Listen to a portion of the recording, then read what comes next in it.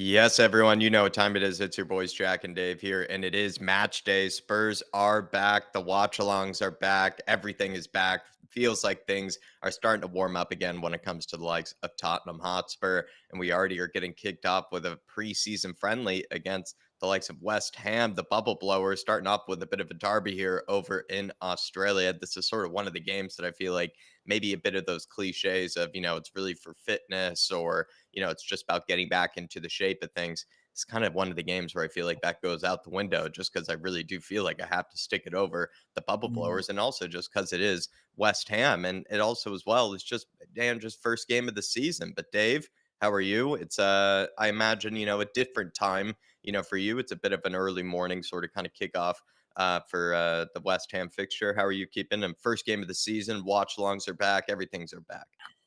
Yeah, Jack, I'm all good, my man. I mean, it's great to have the football back, first of all. Absolutely buzzing. And what a way to kick it off, right? Against West Ham. A nice little local sort of derby, which is a great way to have it. We wouldn't have it any other way. And it gives a bit of needle to today's game. It doesn't seem like it's just one of them sort of pointless friendlies because it's West Ham and I think we all want to win. So I'm absolutely buzzing and absolutely excited for today's game. And the lineup is out for today's game as well.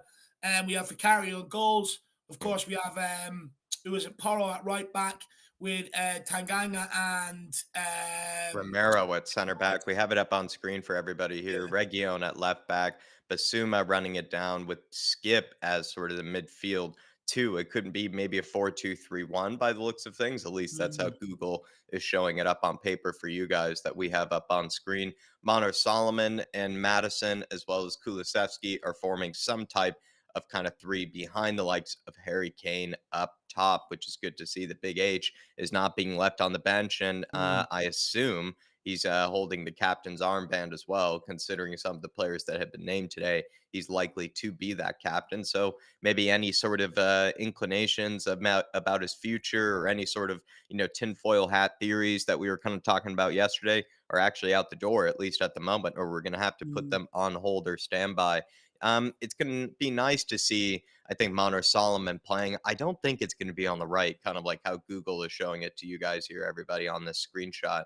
But I feel like he's actually be operating more on the left with maybe Kulusevski operating on the right. Monor Solomon, Mm. I think, is actually better down the left, anyways, Dave. So could you see this as being?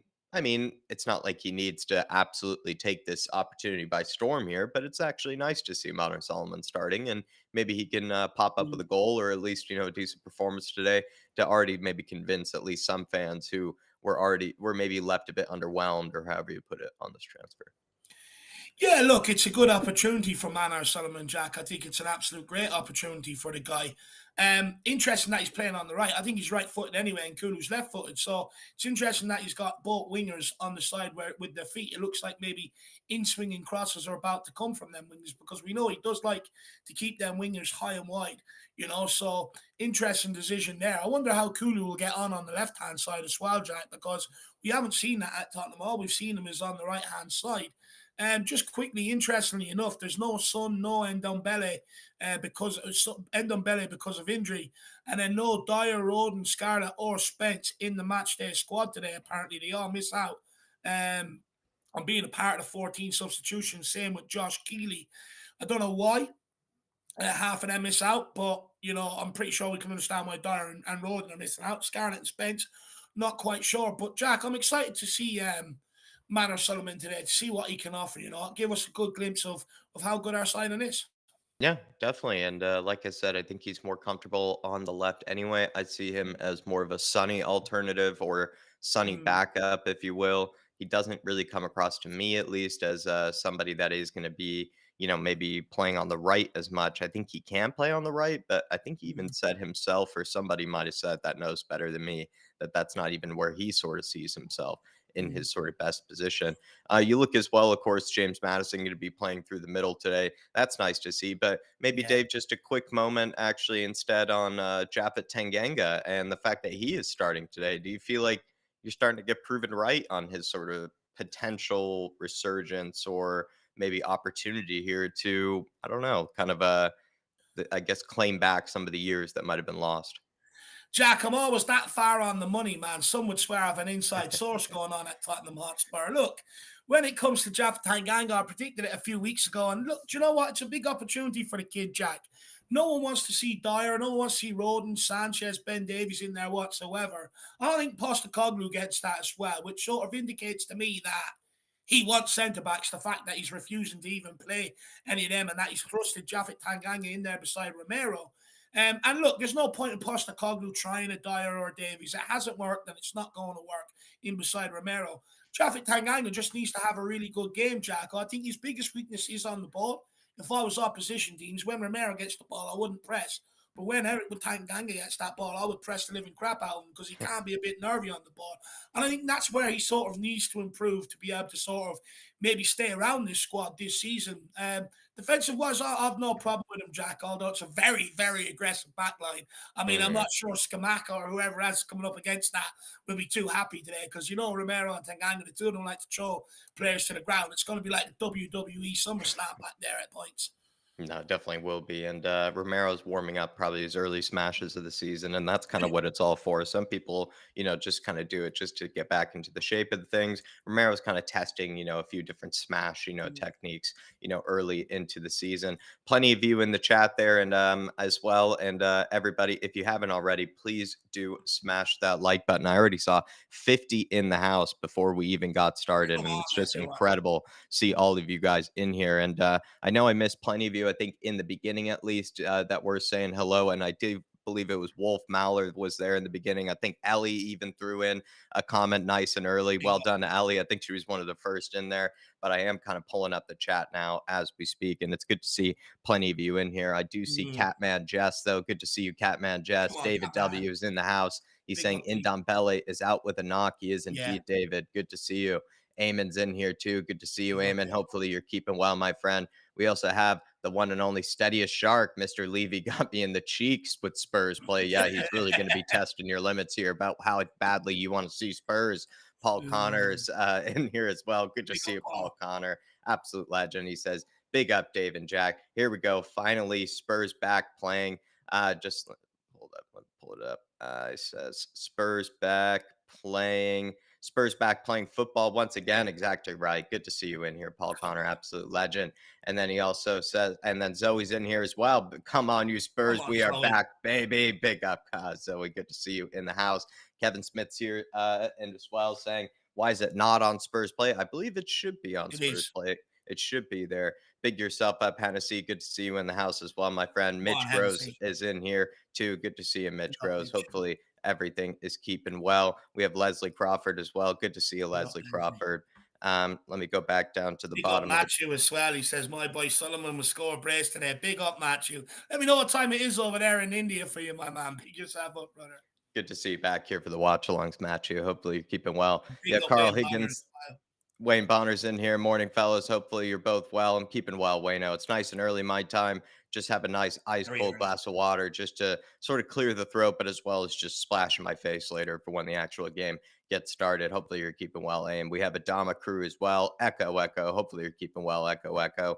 Level Earth saying, where's Sonny? I think he's being unveiled later, maybe in the second half. Perhaps they're sort of dividing I up don't the think he's in stars, the Dave. squad, Jack. I think they're saving him for the second half, Dave. That's what I was sort of saying, right? They're maybe he's not even in the squad entirely.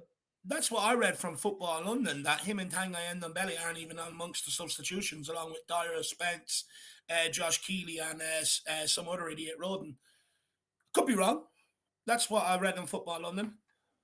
Could it be that it's interesting? I guess we'll find out if they're even, suited up at all for this one. I feel Mm, like Sonny, looked good and everything, at least in the press conference, he mm. was all suited up. And I mean, knowing Eric Dyer, he would be absolutely, heartbroken, miss his chance to, try to already win over the manager here. That's not good for him. Good to see Zara Ace in the house as well. Hopefully you're keeping well. Zara Ace, we have Elaine Bredahoff. Hopefully you're keeping well. Adama Crew is in here as well. Hopefully, you're keeping well, Adama crew. And Nathan Stum is in here saying, if you're in the U.S., the first three preseason games are all in CBS Sports Network. I Mm. do believe if you have cable, which I actually think plenty probably do, Nathan. But I think in my case that isn't happens to be the case because I think for a lot of people who have the CBS, that means you kind of go over to the Paramount Plus. I did Mm. not see it on the Paramount Plus, unless I am mistaken. Big yourself up though. Moondog is in the house as well, saying, "Good morning, lads. My boy ain't stopped smiling. Thank you. He got the shout out yesterday, Dave. And Love maybe that. are you proud of Moondog to already indoctrinate him into kind of Spurs fandom and everything? I mean, it's good to get them early before they start to get ahead on themselves and realize maybe it's not for them. I'm just proud of Moondog that he's got him on side, in and around London, Jacko, and stuff like that. I know Moondog is a bit outside, but, it's very hard. Some of them do sway to Arsenal. So big up Moondog for keeping them all on board. A man that's got the run of his household. Love it. Big up Moondog.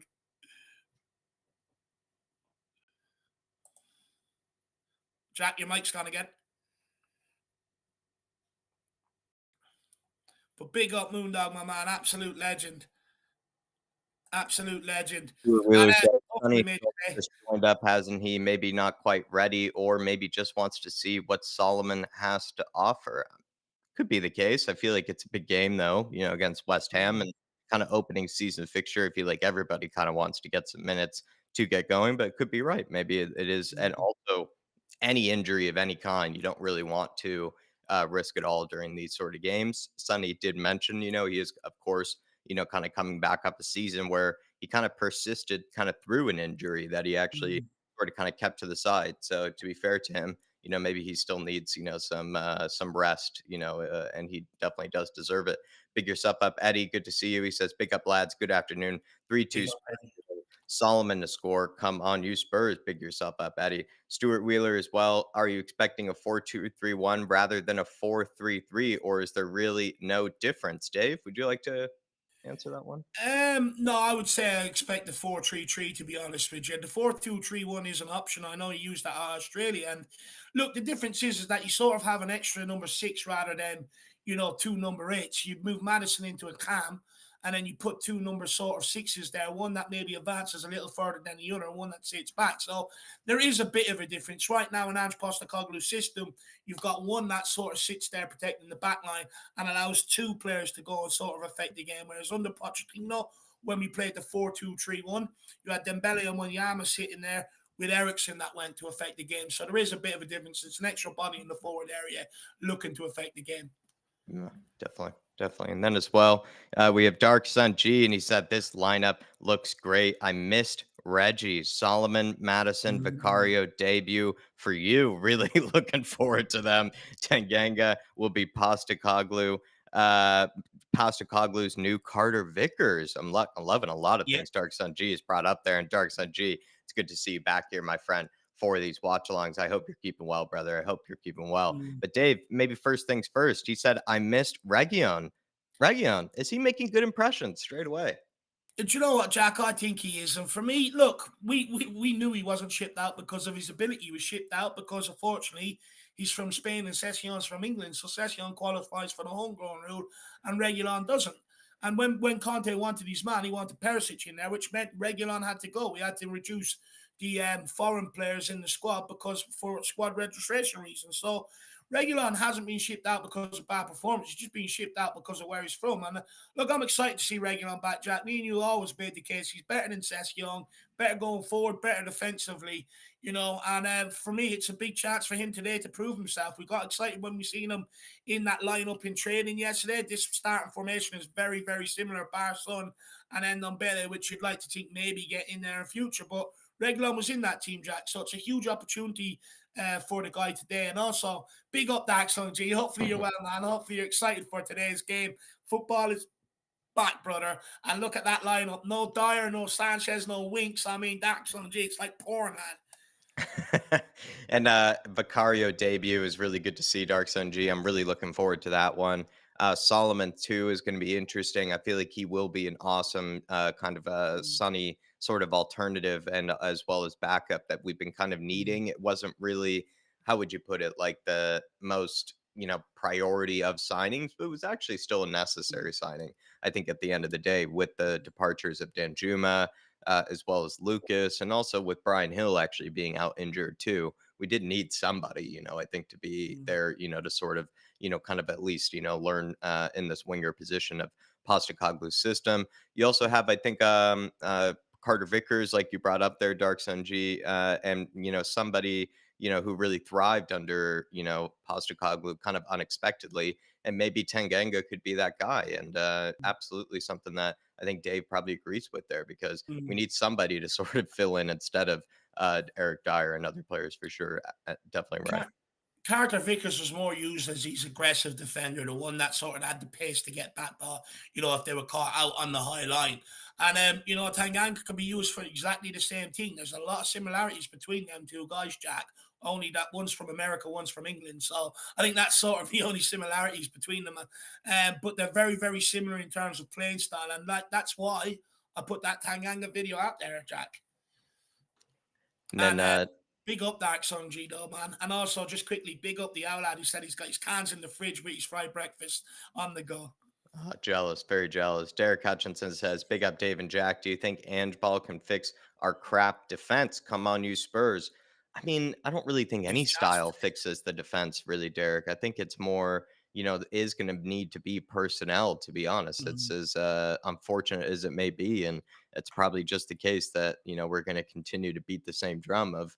It's only going to be fixed by shipping out certain players in this team that have sort of let this defense rot, and then it's also about bringing in the quality that can help this defense last for a long time, not just sort of quick fixes or Yeah. plugins or anything like that. It needs to be quality players brought in Mm. that will last for a long time, kind of like Toby and Jan when they were brought in here, and defenders before them, for sure. But Absolutely spot on. uh for me, Derek, I don't really think I don't think it's a stylistic thing. I think it's really going to be more personnel. I understand maybe sometimes it does come down to style with how maybe you do concede goals or keep goals out of the net, but it's also as well, I think, comes down to really just the defenders and the goalkeeper that you have back there. And fixing the goalkeeper was already a huge step in the right Mm, direction in the way that we won't concede goals now from being pressured or mm. having a loose sort of pass that leads to a unnecessary counterattack from the opposition. But also as well, we need to fix the center backs, like we've said 1,000 times.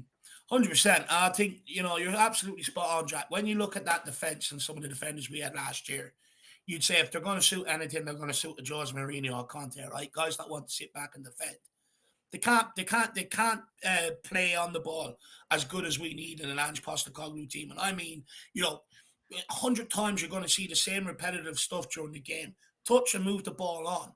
I mean, especially when you watch Ange off the sideline in one of the Celtic games, screaming at one of his players to not pass backwards and hurry up and move and pass the ball. He'd be doing that 24 times a half with Dyer back there. And, it's reflected in his starting lineup today that none of them guys can play his way. Yeah, spot on there. Absolutely spot on. Um, And as well, we have Moondog saying Solomon is going to smash it.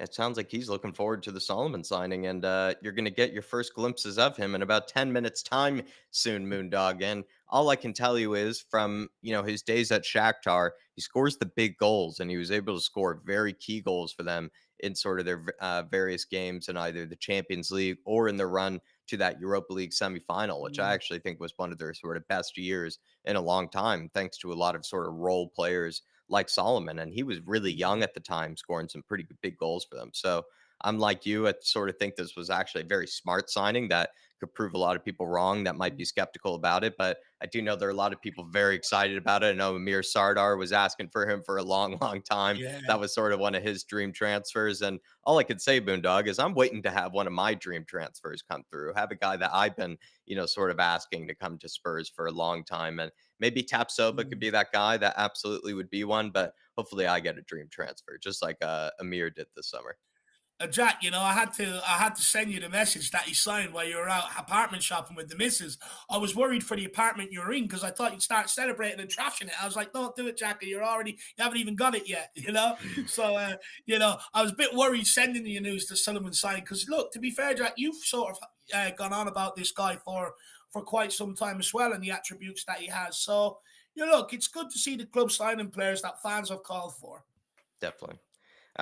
Mark is in the house as well. Mark Weatherstone saying, "Hi, guys. Great show. I'm in the doctors watching you guys. Come on, new Spurs." Well, Mark, hopefully you're keeping well. Big up. And as well, hopefully maybe you sort whatever it is, or maybe the doctor suits you for whatever it is that you're there for. And Mark, hopefully Mm, Spurs as well, give you a bit of sympathy or at least give you a bit of soothe Yeah, this morning. You have Level Earth in the house.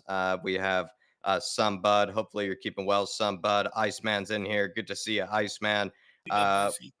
we have Roma Rayo is in here. Good to see you. We have 21 Natas.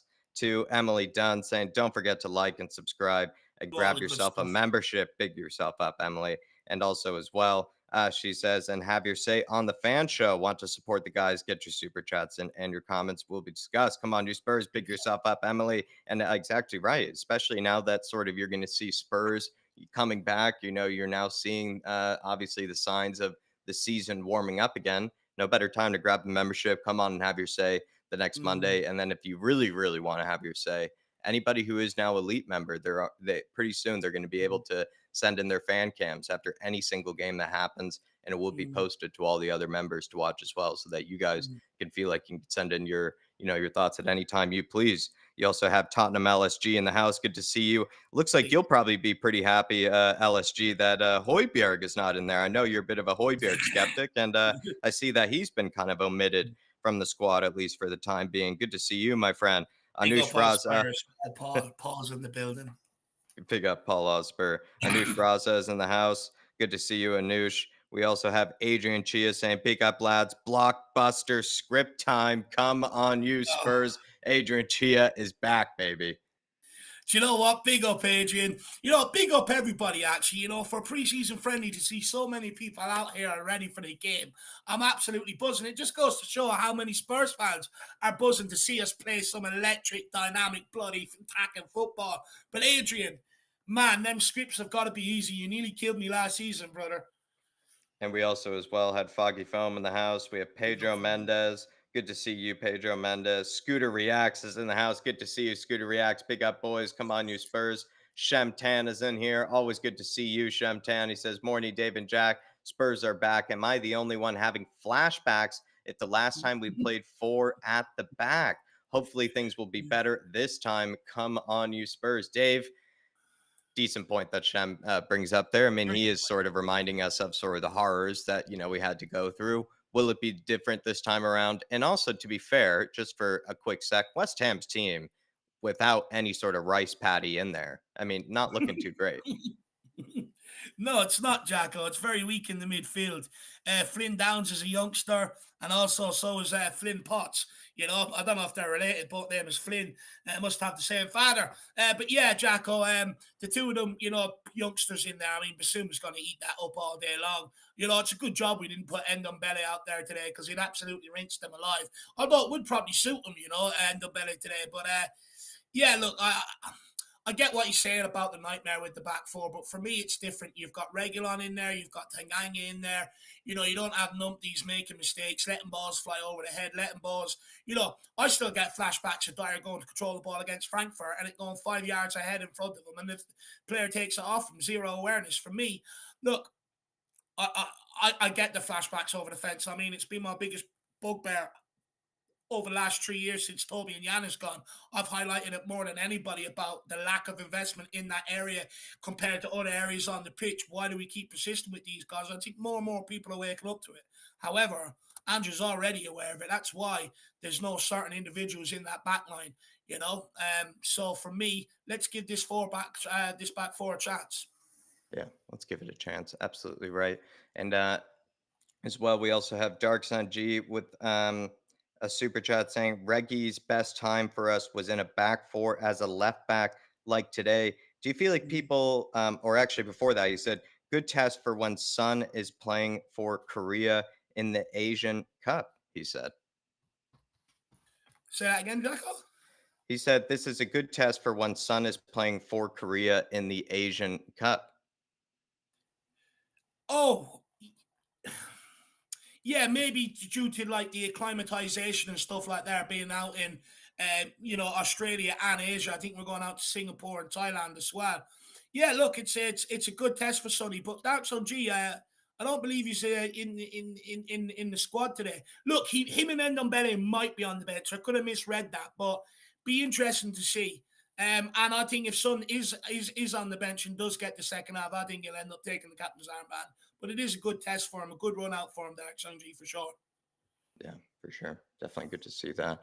As well, I believe I saw he also said Reggie's best time for us was in a back four as a left back like today. I personally 100 believe Jose. that Reggie actually was, maybe I don't know, Dave, like the narrative around Reggie, I just feel like is, oftentimes maybe just maybe miswritten or just not really how I perfectly remember it. At least Mm, that's how I see it. Is that I remember Reggie sort of being not exactly the greatest defender, not like he was Maldini or anything by any case, mm, but I do remember the fact that he wasn't, you know, like he was being beat past like Ben Davies was, mm. against Brentford for that Mbumo goal. Or I just remember him being a bit better than people remember, Yeah. especially going forward. He had a much better cross than Sessegnon, I think, ever did, and he's also actually pretty, quick as well. So I don't know. At least I remember a better Region than some people do.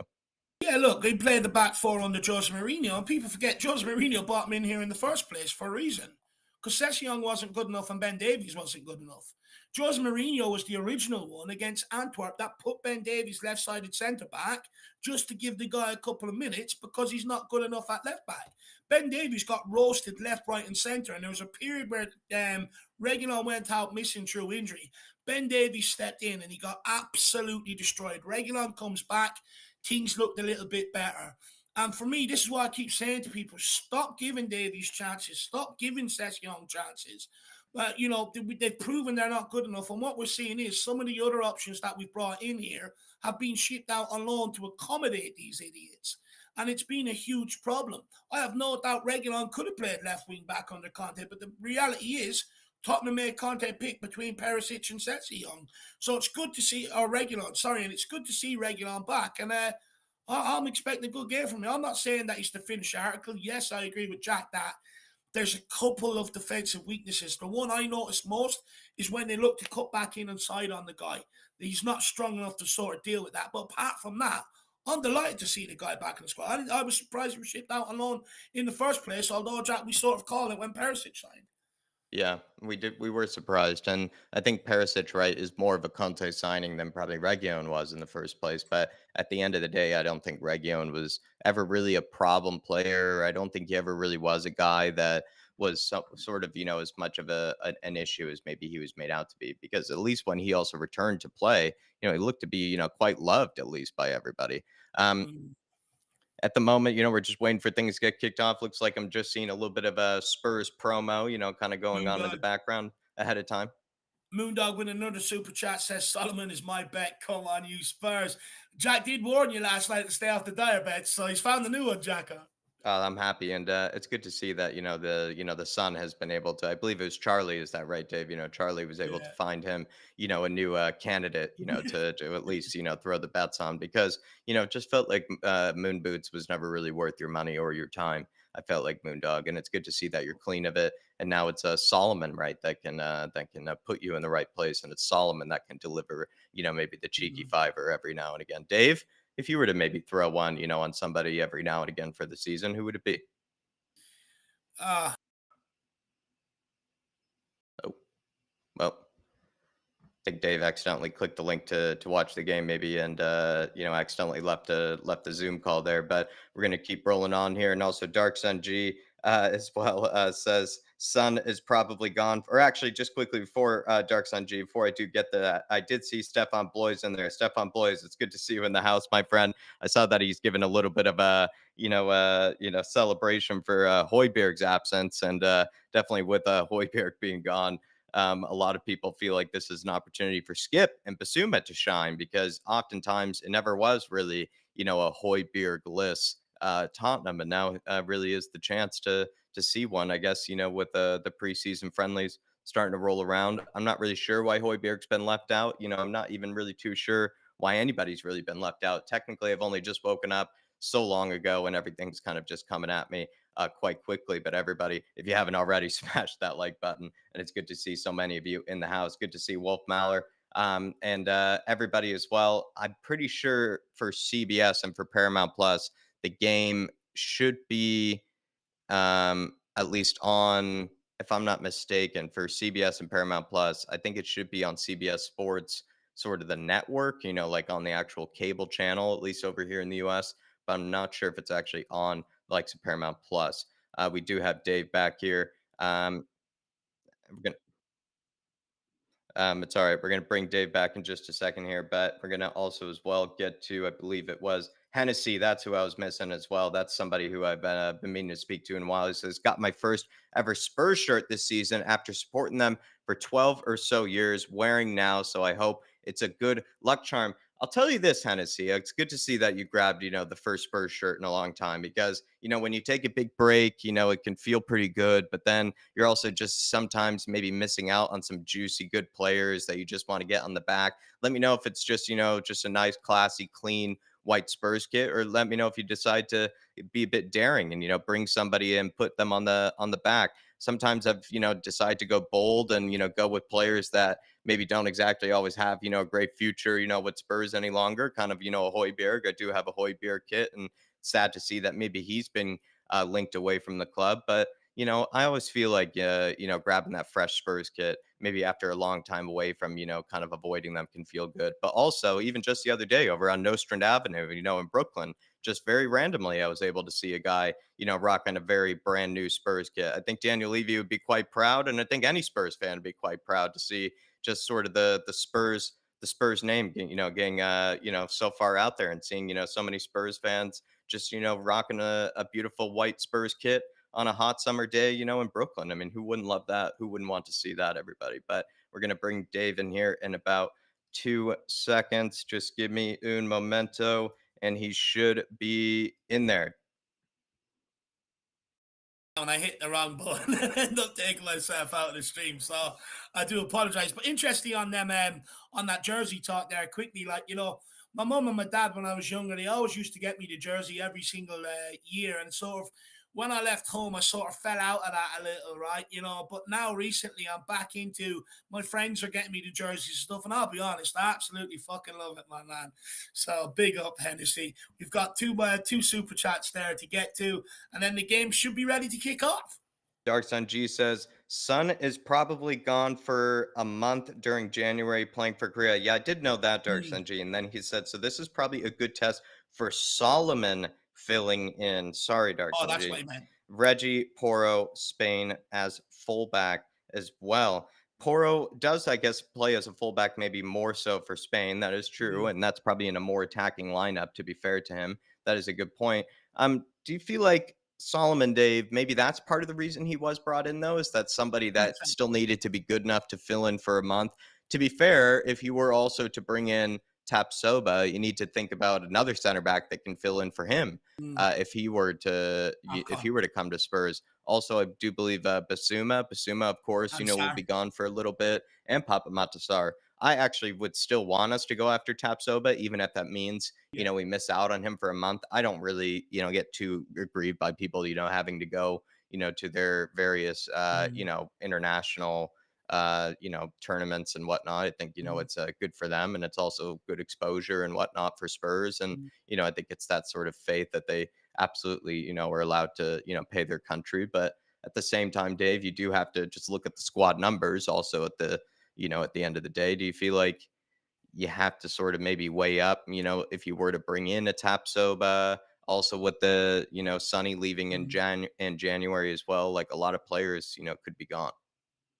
Yeah, look, Jack. I mean, first of all, the reason why these competitions are held in the winter time over here is because where they're being played, it's cool enough for them to be played during the summer. You're putting the players through extreme conditions, playing them in the heat in their respective continents. So I can understand that, and for me, you can't stop them from going. And it's a huge test for someone like Solomon today, Jack, because I feel like that with the season ticket prices off the back of it being after Madison, this, that, and the other sort of Solomon has got lost. And I alluded to it in the Welcome to Tottenham Manor Solomon video that, that's for me why Solomon was brought in here is because Sonny is going, between January and February. I think it's a period of 7 games that he could end up missing if he goes all the way to the final. And it's crucial that we had someone in here that can offer to some degree of what Son offers. He's not as good, But he does like to cut inside, put shots in the box. He does, like to pick up the ball from deep, and he gives us something different. And I like the way that it's better quality than what we could have got before. We've got G, we've got Kudu, this, that, and the other.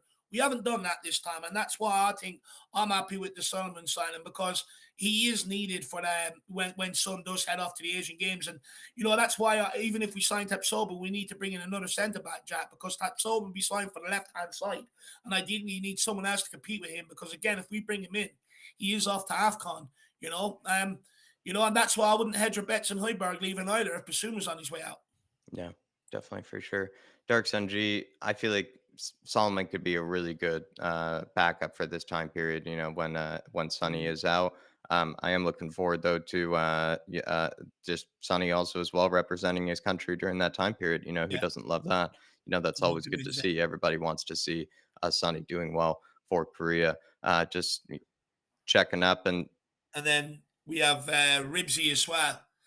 He says, "Good day from up the stadium. Love your work, lads. Did you get down, Ribsy? and Oh, we've what a kicked. legend."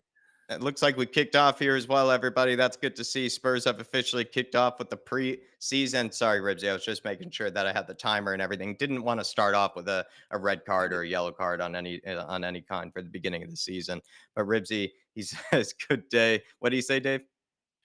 Good day from up the stadium, which means he's at the game. What? Big up, Ribsy, legend. Legend. West Oh, what Ham I as will say, well. look how I get it's a I think it's a stadium built for Aussie rules, but look how far some of them seats are back away from the pitch. But big up Ribsy, absolute Legend. legend. Hopefully you enjoy it. I hope everyone in Australia can get down to these games. I know Paul didn't go because unfortunately due to work commitments and stuff like that. But it's great to see that some of these people can get down to the games and watch their beloved Spurs, because so many times they're getting up at 3, 4, 5 in the morning, and it's nice for them to be able to actually get down there in person, but also at a decent time. Here we go, Big H. Oh, it's that skip. Starts me Oh, to come on. we have a surging Romero here. He's got plenty behind him, and he plays a Oh, beautiful skip, put it ball back. in to I was a skip. Skippy. Oh, two players there. Big H. Poranator. Way Going in overhead. for the initial delivery here. But Son of a. Ribsy, it's good to see you out there, my friend. You absolutely deserve that. Hopefully, you can still hear us. But Ribsy, honestly, we can't wait to look forward to you sort of describing the experience. Hopefully, you're able to give it to a few bubble blowers as well. Spread the word of the Irish Hotspur, because it is technically the Irish Hotspur Derby, even though it is a preseason friendly. You still have to keep your wits about you. Now that it is against the bubble blowers. But big up, my man. Really appreciate it, and also as well big season ahead. And you don't have to see Eric Dyer. You don't have to see plenty of players that you probably didn't really probably want to see in that first game of the season. A Mm. lot of new players that you're watching. So hopefully you enjoy it, my man. Uh, no, big up, Ribsy. Hopefully you do enjoy it, my man. The game is underway. Everyone went, get your score predictions in the chat. Let us know how you think Tottenham are going to do. It looks like it's going to be an easy day here for us. Romero, good ball out to Skippy.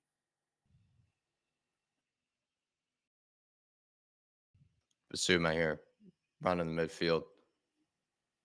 Tanganga. Oh, look at that for a crisp pass. Here we Solomon go. taking him on. Solomon, Sassy Soul. A little heavy, but Rigging off. Reggie whips it in. Not a bad cross. Made a good use of it. There we go. That's Tanganga beautiful. gives away a foul. See, this is what I'm worried about for going into Yeah.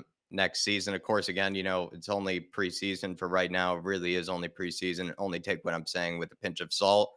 But Tanganga, I feel like his problem last season was he kind of fouled too often. Like he had to sort of foul Yeah. people in order to make He's very a aggressive. tackle. And I feel like that's sort of, that's only not really gonna fly really in the Premier League. You're gonna get exposed for that. Yeah, he's very aggressive, Jack. He's very, very aggressive. And, at times I had my frustrations with that last season where he's good enough and strong enough to get right up behind the man and hold it up.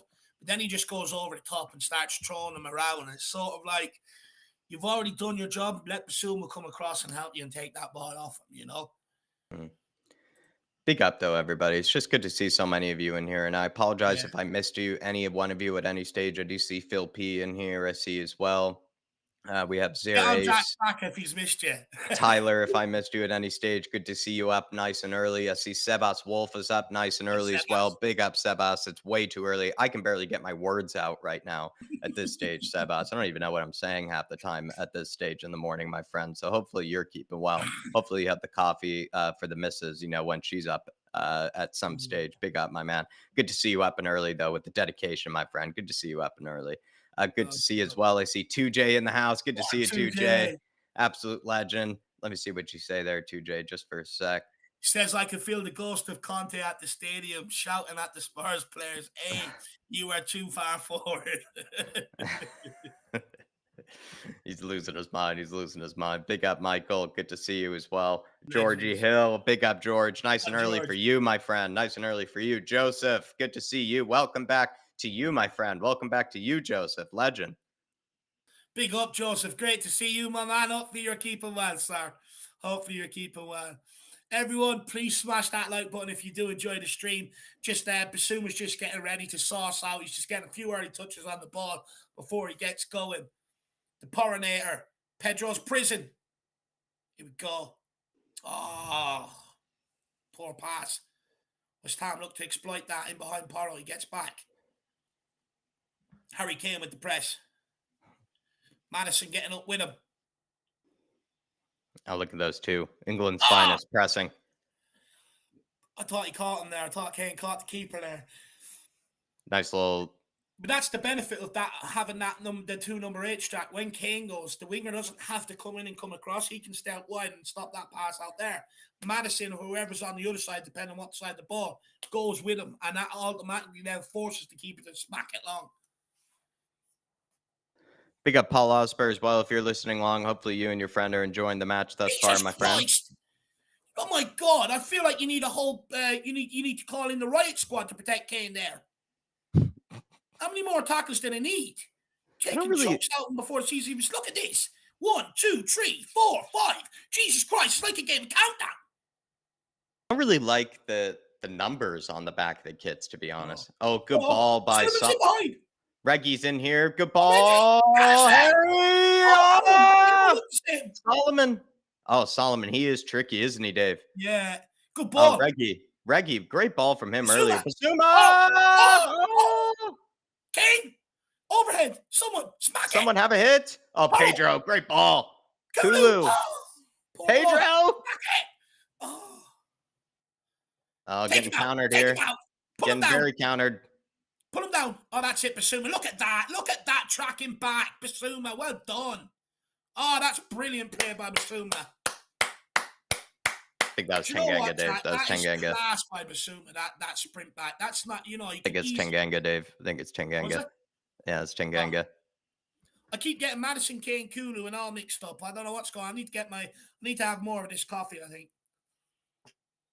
Good defending, though, by Tanganga, to be fair to him. That's probably what people have been talking about with that recovery pace that's needed from the center back, and that's what probably we're going to get from a Mickey Van de Ven. Yeah, absolutely brilliant tracking back there. Brilliant. Free out. She could have been 1-0 up there. Solomon's getting a couple of touches down that left-hand side, Jack, and he's doing the most with it. I would say what's been most impressive is Region thus far. He's played in that beautiful pass in behind a Solomon, and he also had a good cross into the box earlier as well. I think Region's been showing to be pretty good in the Sanch system because he can deliver in good crosses from out wide. And Solomon is clearly showing to be exactly what we were looking for, which is somebody who's very tricky on the ball and has that ability to take it past his man. He seems to have no problem with that. Oh, sloppy pass from Tanganga. That's what I'm on about. Oh, Romero, beaut. Oh, Jesus, he's gone down. Go on, Harry. Oh, well done. Well done, Madison. Yeah, you can already see sometimes with Tanganga on the ball, it's a bit dodgy. Also, that corner that Vicario came out for, I know they gave a free kick out in the end, but that punch wasn't exactly the best. Oh, good defending by Regulon. Headings it back, just take all the pressure off. Oh, already Spurs getting into the feet of Pedro here. See how quick Vicario is just to get that ball out there. It's brilliant. Out to Jaffet. Go on, manhandler. Seeing him playing on the left is new territory as well for him. Yeah, he's going to have to learn to open his body so much quicker because he will get caught. Oh, beautiful, Basuma. Manhandler. Can he deliver? Jaffe, come on.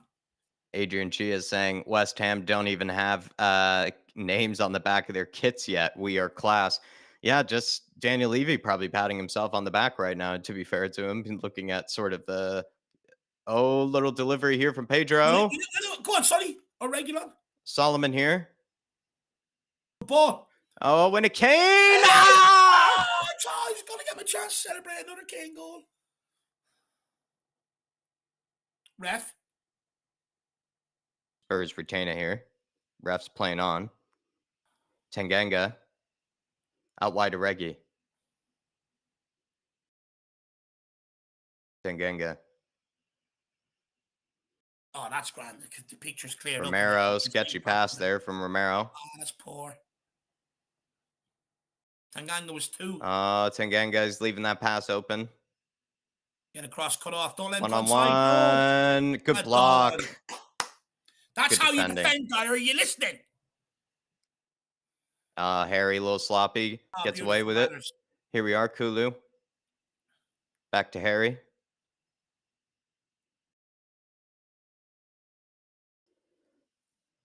Do you see our boy James get into the game a bit more?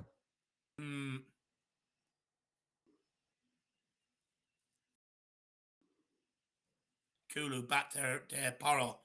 To Romero across the Tanganga. That's it. Keep it moving. So the ball moving so much quicker. I love this. Solomon. Manhandle it. Don't start doing Dyer stuff, taking 20 minutes. It's easy. Romero. Into Kulu. Come on, Kulu, open that body. Let's see what you're made of. Spurs dwelling on the ball, but what Spurs can... Jaffet. He's megged them, ref. He's megged them. Oh, my God. He's megged them and he's obstructed them. And you've given the free kick to him. Jesus Christ. Tanganga, no, he's got to be quicker on the ball, Jack, all right? He's getting caught there. That's twice he's been caught. Yeah, and that's where surging run here from West Ham. Good defending by Romero. Great timing to launch out there. They put the pressure on to make him play that pass. Stay at that haircut from Danny Ings. It looks like he's being sheared by shit. Yeah, I was gonna say, why is he ruining the hair right before the first game of the season? No point in that. Oh, Skippy with that opportunity, and then Kane. I think it was Kulusevski. It looked with that shot. What's he doing over that side? He's a forward. Manhandler. It's a good pass, actually. Oh, Skippy. He had Harry Kane through. That was actually a good pass for Tanganga, to be fair. Here he is, Reggie. Basuma. Solomon. Solomon and Reggie combining very well thus far. Reggie, great cross. Kulu. Foul. 3 out. That's it, Kulu. Tell him, what's it for? Tell him to know the rules. I would say Reggie has been probably the sharpest thus far. He's put in some great delivery. That's where all of our chances have come from, down that left-hand side between Solomon and Reggie. Right-hand side hasn't produced anything yet. You can see the Aussie rule markings on the pitch. Good sport, that Aussie rules, actually. Come on, he still looks hungover from the Conference League win. A lot of people are very Hennessy saying Tanganga has made 2 bad passes. A lot of people feeling like Tanganga's maybe not suited to play this out of the back sort of style. He's got to start moving the ball quicker if he wants to get in the team. Like, this is it, we've called for him to be given the opportunity. And look, I'll be honest, I'd still rather him over Dyer and all there in there anyway. But, he does have to, that is one of the highlights that I pinpointed in the in the video I put out that, he does need to improve on the ball. He's got to be quicker on it. We sort of spoke about before the game, Jack, right? If we were the opposition, you would tell them to go and press Jaffa Tanganga because he's a bit slow on the ball. He just needs to quicken up. He needs to trust his ability. A lot of people are saying, I think it was Tyler saying he doesn't trust his left foot, or somebody might have No, said that. not at all. Kulu, just give it inside. Well done, Kulu. Ah! Into Harry. Clean. Deflected. Mm. Harry Gone testing back in to his first Poro. throw-in. Jesus, Poro. Or it's Romero.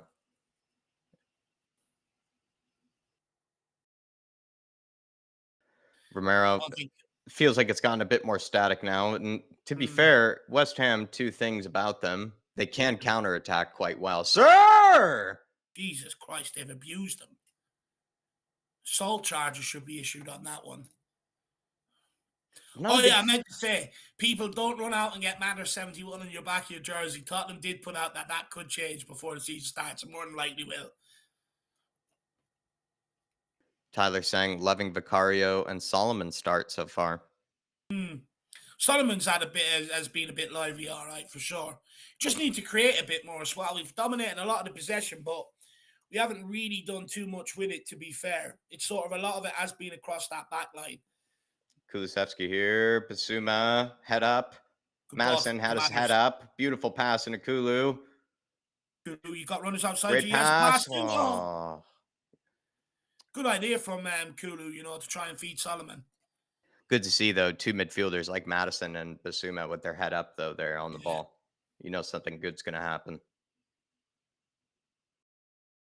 Spurs, it's beautiful to see them with so much of the ball here. Things were a bit static for a second, to be honest, but at the same time, we're trying to make things happen. Yeah, we just need to be a bit better. Poor pass from Basuma there. Championship standard, poor. Harsh. Look, he could very well could be, but I'd rather him be in the lineup than others, to be honest with you. I think he does deserve the opportunity for sure. Yeah, I think he's been through injuries rather than shit performances. I think that's sort of the caveat with Tanganga is that despite maybe some of the criticisms, is that I think most of us, or at least Dave and I, would rather see him at least trying to work it out rather than Sanchez or Eric Dyer or Ben Davies there. Yeah, for sure. But big up Paul Mackey. Reggie getting mixed by Jared Bowen. First save by Vicario. Good save. Well done. Reggie got a little mixed up there by Jared.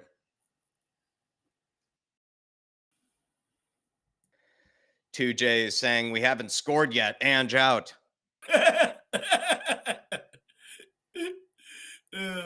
Big up 2J. I need to know what 2J had for breakfast today, Jack. Because I'm flying for him. So he's flying for him. Corner for West Ham. They're dangerous from those. Go on, win that. They're in again. Bowen. Good ball. Closest one there, West Ham. Off. Jesus Christ, they've done absolutely barely anything. Look at him. He thinks he's made it. He thinks he's bloody Ronaldo. Old R9. It's a joke. Yeah, still struggling on set pieces. Had a feeling. Balls into the box. Just come out. Just get the keeper to come out and bloody punch the thing or catch it. Yeah. Poor clearance anyway from the first. Cleared it by Reggie, I think. Got it away. But who switched off there? I think it's on the left that we let ourselves down there. I don't even know if it's the worst clearance. Poro's got to do better there at the back post as well, though. That's weak. I think that's Reggie again, though. I think that's Reggie, Dave. Reggie. Yeah. That's just weak. He's got to do better coming off that. But he's got to be stronger. You just got to keep your body between the man and the ball. He's failed to do that. He's completely lost the run of Danny Ings there altogether. Yeah, I believe that was Reggie there who cleared it and then who did the initial clearance. And I actually think the initial clearance was not bad. And then he didn't do well to then deal with the ball that later came in, actually. It's just poor. poor defending from Reguilon. He's got to stay. That's the team, Jack. You have to stay switched on in them situations. Just because you've cleared it once, it doesn't mean you can turn off until you can only switch off once you're coming out. Oh, well done. Nicely done, Rags. Out to Solomon. Solomon. Good ball out to Reggie Reggie. again No one's here. in the box. No one. Sir! Well, Reggie, I think, is showing his, initial attributes, maybe showing to be rusty defensively, and then is showing to be brilliant going forward, at least, or at least one Mm, of the better players. I think it was also Pedro Porro there out wide, who I actually feel like I'm not sure who needed to kind of close that down sooner or who could have Poro. seen that because yeah, I think it was Porro, yeah, who definitely could have seen that sooner, maybe because it made it kind of easy for Jared Bowen, I think, Too to easy. yeah. But I think it was a bit of a mixed bag from Region, I think, for the whole thing, because I think his clearance was actually not bad, to be fair, and then he switched Mm, off entirely on the next ball in that came into the mm. box. So bit of a mixed bag from Reggie. But in an Ange team, right, we've dominated most of this game. That's the sort of second time they've been down in that half, threatening. And we just switch off. That can't happen under Ange Postecoglou because it's going to absolutely kill you. When you're dominating the game, that backline still has to learn to stay switched on to keep them clean sheets. They switch off there because they've had barely any defending to do. Hmm. Giveaway from Reggie. Well Well done, done, Solomon. Solomon. He's had a lively start. Basuma. Romero out wide to Skip. It's a blind ball to Kulu. Oh, Kulu Kane. Oh, that's a shit ball. He's way over hit that. What are you doing, Kulu? It's a simple ball in behind. Just get the weight right.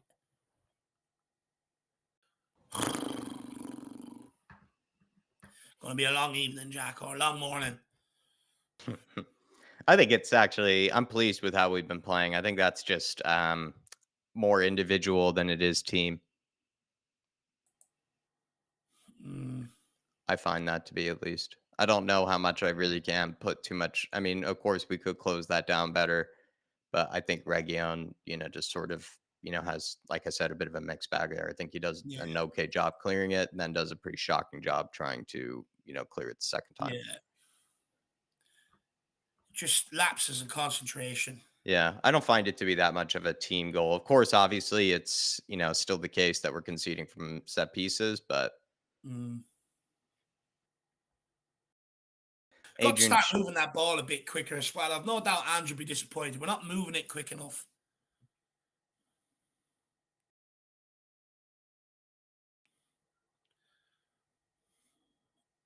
Jesus Christ. Madison's going mad. He's asking for Tanganga to push the ball into him, and he won't do it. It's because he doesn't have the confidence in his passing ability to do it.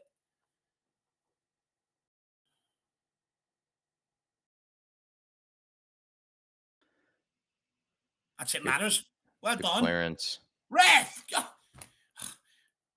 Oh, has he not given that? He's got two hands around his tits and he hasn't given it. Jesus Christ. Little sketchy back pass to Oh, Vicario.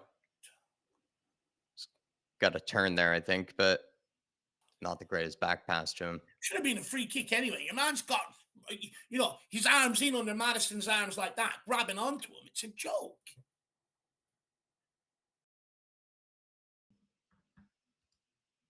Another one. Jesus Oh no, another set fucking piece. hell. Another set piece. That is disgraceful. That is absolutely Wow. disgraceful. West Ham have done absolutely nothing. And the thing is, we Yeah, know that's that's their sad. bread and butter set pieces. We know it. Yeah, it's going to be counterattacks and set pieces or their bread and Have butter. to work on it. Just switching off. It's weak. It's another simple ball into the box. It's a short corner. Who's gone out? Like no one there to close down the cross. Who's that on the front post? Porro. He's not even aware. Who lost? Who lost that?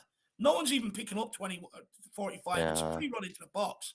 he gets caught between him and Tanganga there. No one picks him up.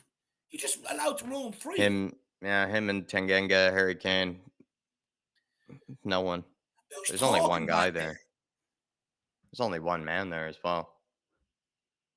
I mean, it's such an easy move he's done.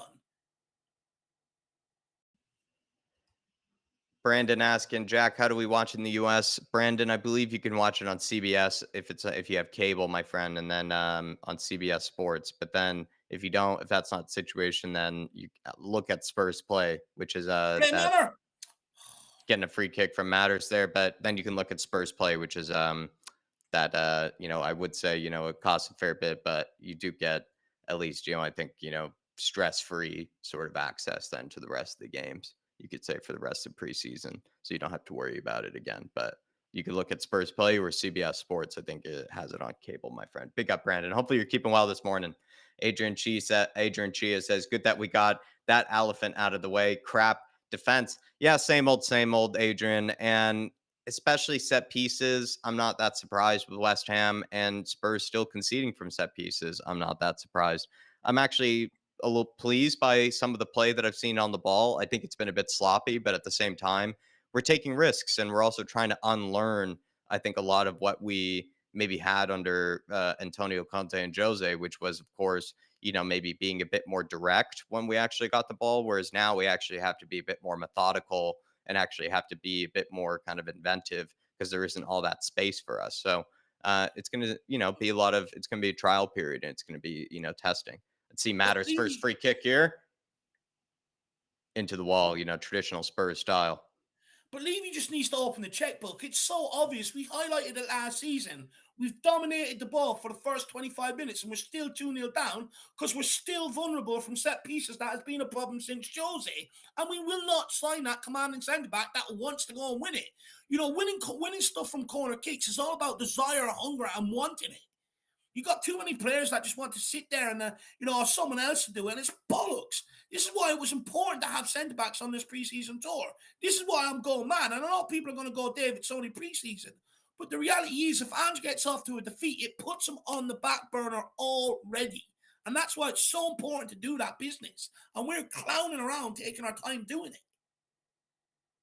Ribsy saying, effing boo, bunch of bums. Ribsy, go for that refund, my friend. Preseason, maybe start with the refunds already. Big up, Ribsy. At least, hope that some type of, attack is going to come to some shape because West Ham kind of getting 2 goals against the run of play like that is actually typical West Ham style, to be fair to them. But it's also frustrating in the same breath, Ribsy. So let's grab a goal here. And I could see it coming from Solomon, actually. If it's going to be anybody, I see it coming from him. Some of them just need to bloody wake up. I get it's preseason, but it's the same shit from last year. Switching off set pieces, they use it as a break. Good to see you, Leighton Evelyn, in the house, my friend. Big up, Leighton. Please don't annoy me today, Leighton. I beg you. I'm not in a good mood now. We're 2-0 down. Big up, though, Leighton. Good to see you in the building, my man.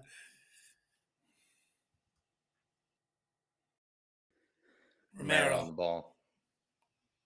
Tanganga now.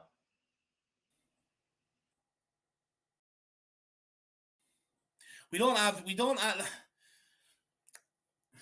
just need that player that can progress the ball from the back line into the midfield. I think we had 2 of them. I think we just need one of them from the center back position to do it. We have Madison and Basuma. They should be both be good enough to do it. But it's the initial pass into them, though, Jack. Madison is showing down this left-hand side for the ball, and Tanganga can't find him because he doesn't trust that passing, his left foot. He doesn't trust passing it into the middle.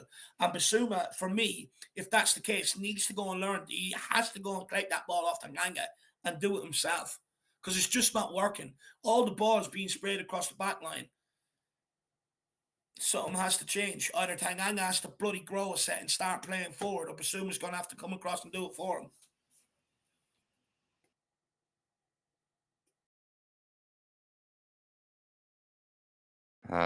Spurs get caught out here. Well done, Kulu.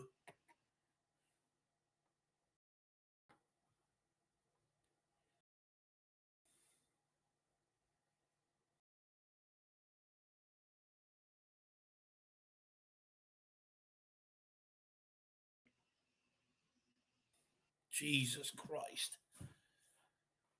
Romero. Will someone move the ball into midfield? Jesus Christ. Here we go again. Right across again. Reguilon's going mad.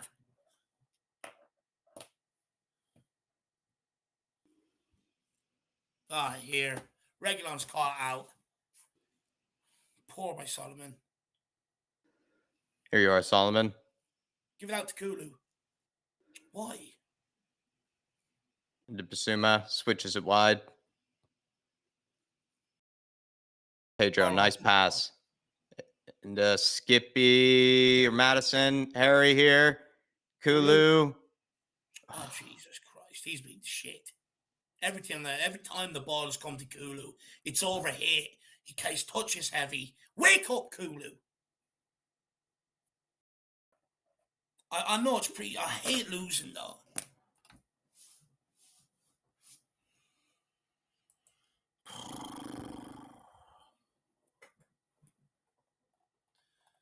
You have a super chat there from Brett Lockhead. 4 years and Levy thinks this defense is acceptable. What a joke.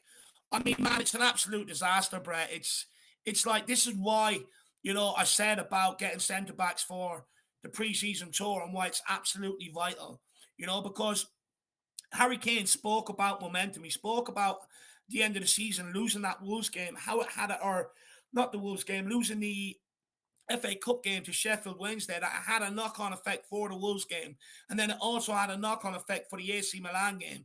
Momentum is very, very important. And that's why, this club needs to pull its finger out its hole and do something for the manager that he actually needs. You can buy all the attacking players you want. Scoring goals is not a problem at this bloody football club. Keeping them out the back of the net is. Set pieces into our box is. And just go and address the issue. Get someone that's going to come in here and keeps people switched on back there. And it's simple to do, by the way. Just making sure everybody has their man. A bit of communication that happens week in, week out on a Sunday league pitch. What can it happen here? It's an absolute joke that this club has not got centre-backs on, and we find ourselves 2-0 down from set pieces that have been a huge problem. I'm pissed off with it.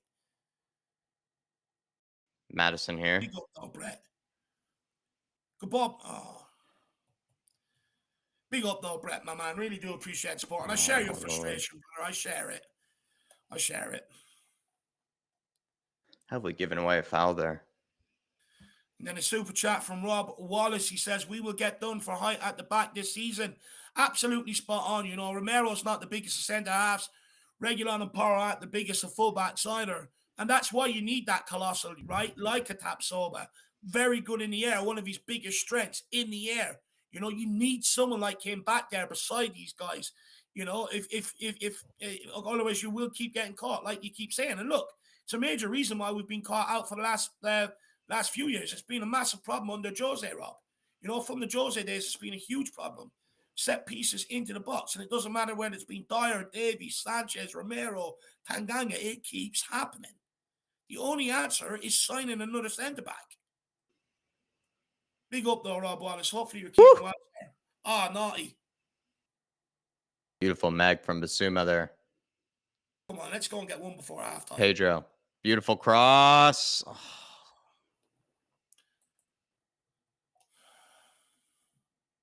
It's a good cross from Pedro. Nothing wrong with it. Good morning, Ian, as well. Good to see you.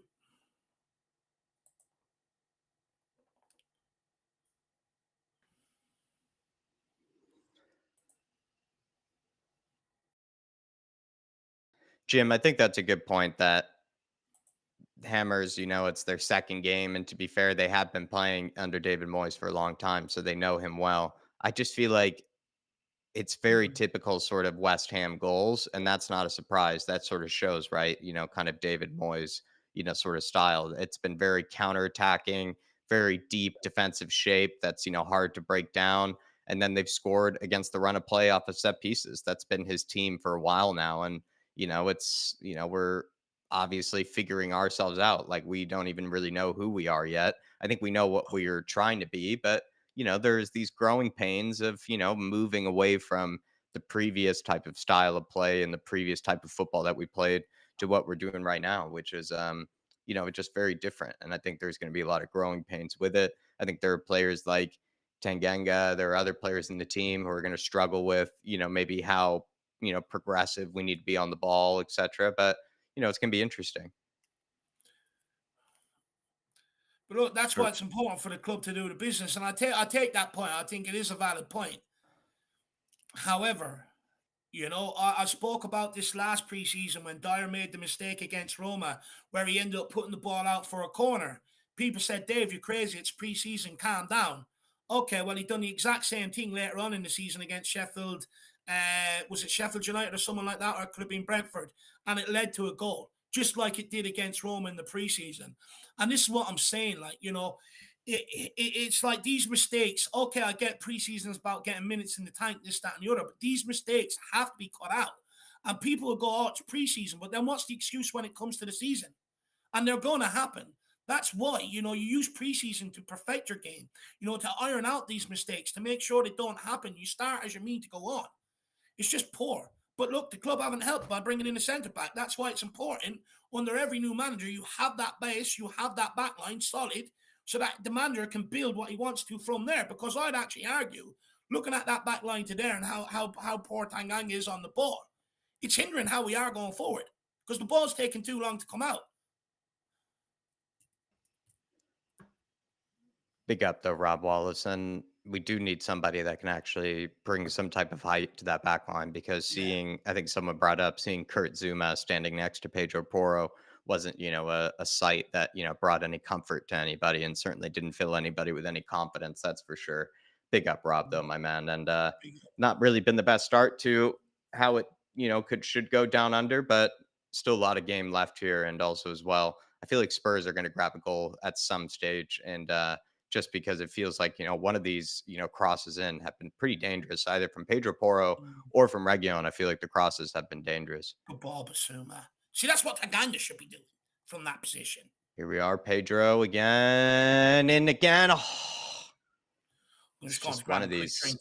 Skippy getting into the box there. I feel like it's not really, I don't know. It doesn't fill me with any confidence to see Skippy really that far into the box. And I think even earlier, too, when Kane had dropped deep, Skippy was the one that was sort of occupying the space in the box. And I mean, fair play to Skip, for doing probably what he's being asked to do. But at the same time, like he's always never looked comfortable that far up the pitch, He's at offered least to me. absolutely zero as well, Jack, in there.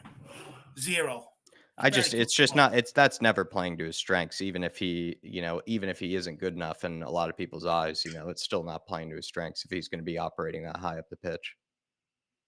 Good pass by Basuma there into Madison. He's just not good enough. Solomon here. Go on, Solly. Go on, crack it. Ah! There it is. He's warming up that curler. Just Yeah, getting the tip of his Fabianski's toes warm, troubling seeing. Jacko. He put a he's troubling. He's having trouble seeing it, Solomon there, or Fabianski. You can't put too much whip on that. It's not ready. You haven't seen anything like that before, Fabianski. Big up though, Tyler as well. Good to see that. You've seen it coming as well this preseason, and good opportunity here. Solomon again.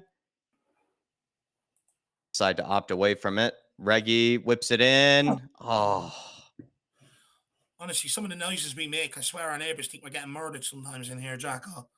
definitely in your case today. Yeah. Pedro Ah! Porro. Go! Oh. Honestly, it's going to come from some cross from either Pedro Porro or Reggie if we're going to score. It's going to come from one of them. It's a bit predictable, though. We need to mix it up at times and start trying to get it into the middle and play in behind at times.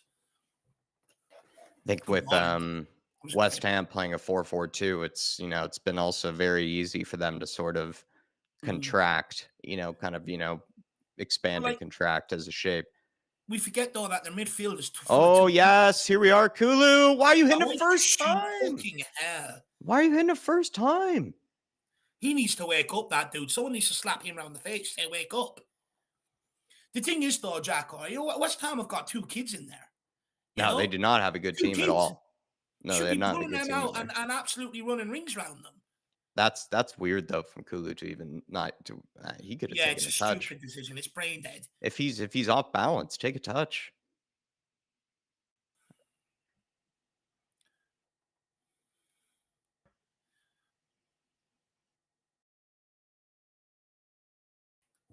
We've created some good chances here towards the end. Created some absolutely good chances.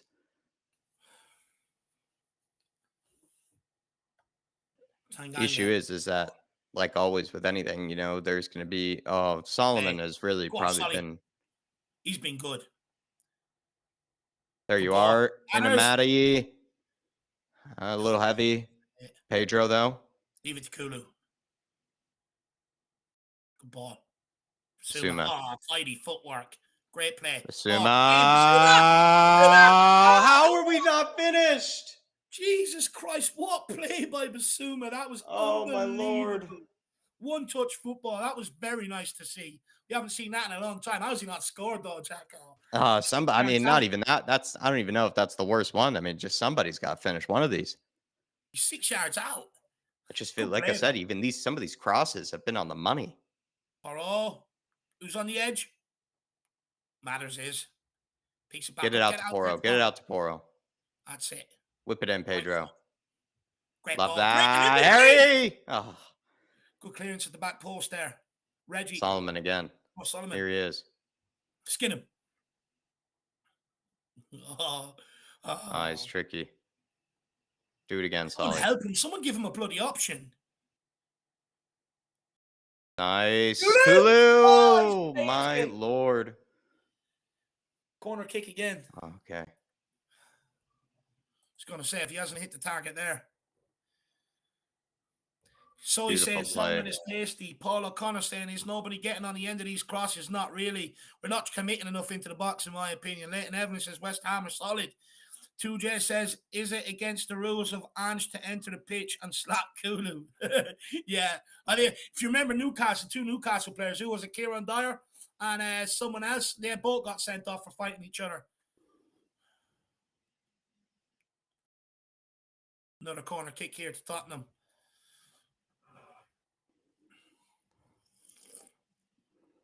Amount of Spurs fans at the game far outweigh West Ham fans.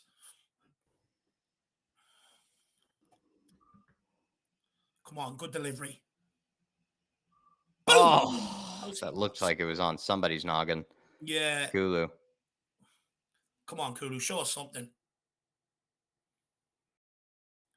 Great ball. Oh, beautiful. How have we not scored? It's good. Please. Yes! Oh, Jesus Christ! How are we missing these, Jack?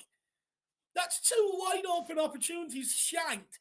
Another one from Basuma, one from Romero. someone needs to take away their license as footballers for the finishing department. They need to go back. Oh, what a ball. Oh, he's got down. Or No. the center backs, both of them missing sitters. Oh, Both of the center backs. Have a sitter. You have a sitter. how many more are we going to miss? Oh, what a clearance from Tanganga. Oh, Jesus Christ, Jack. He's honestly defending it more than he's And Romero two shanked clearances from our defenders in the opposition box. Why couldn't he do that at the other end? Right, Here let's we are, go. though. Let's start Basuma, Basuma. man Go on, behind. Piss. The Musa. What Come a on. touch. Let's What go. a touch. Manor. Solomon. Oh, beautiful into Matty. I like Madison and Solomon. Pedro. In a Ball in. hurry. Oh, Madison. Oh, my Lord. Those balls from Pedro were always on the money. Honestly, it's like they're playing with an air ball, Jack. It's a joke when it comes to finishing. You ever played one of them like air balls as a kid and you go to kick it and it goes about 50 yards up in the air and backwards? It's a joke. Solomon's had a very tidy start, though. Been very impressed with him. Hennessy is saying, is it against the rules for us to score in this half? Yeah, it seems like it. It looks like we're going to do it the hard way if we. One of those do conditions, in training, Dave, only one touch, in certain situations, one touch passing. Maybe they're just not allowed to score. But it could get a lot worse, told though, Jack, all right? You look at the players you got coming off the bench. We got our best lineup out there, bar Sonny. Oh, well done. Good touch. Just rocketed into him. Oh, beautiful from Harry. Back to Harry. Spraying it to Kulu. Good touch, Kulu. Play him now. Play him now. Game's there. Oh, not a great ball, though. Shit ball. Come on, relentless. We never stop. Come on. Now we're stopping. Come on. Let's go and get one before halftime here. We deserve one at least. And the Bamusa.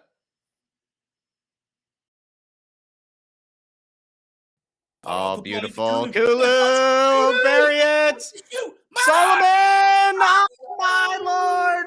Oh! Come Somebody. on. How many more chances, Jacko? Somebody. I feel like I'm going through fucking child labor right now.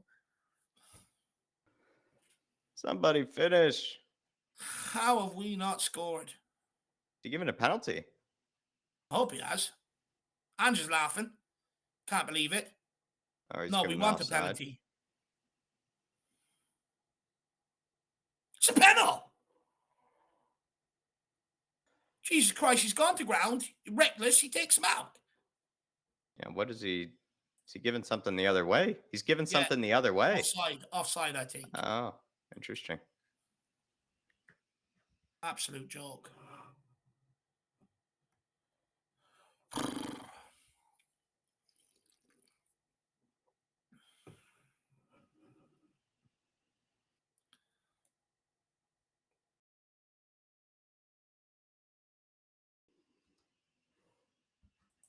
Steve D says, "Morning, boys. Not bothered with the results. I'm in the car, encouraging style of play." Steve, safe driving, Mm, my friend. And I'm sort of also encouraged by the style of play. I think there's going to be some growing pains that come with yeah. it. I think there are a lot of players that are not used to, pressing, maybe with this sustained period of pressing, as well as Mm, being this high up the pitch.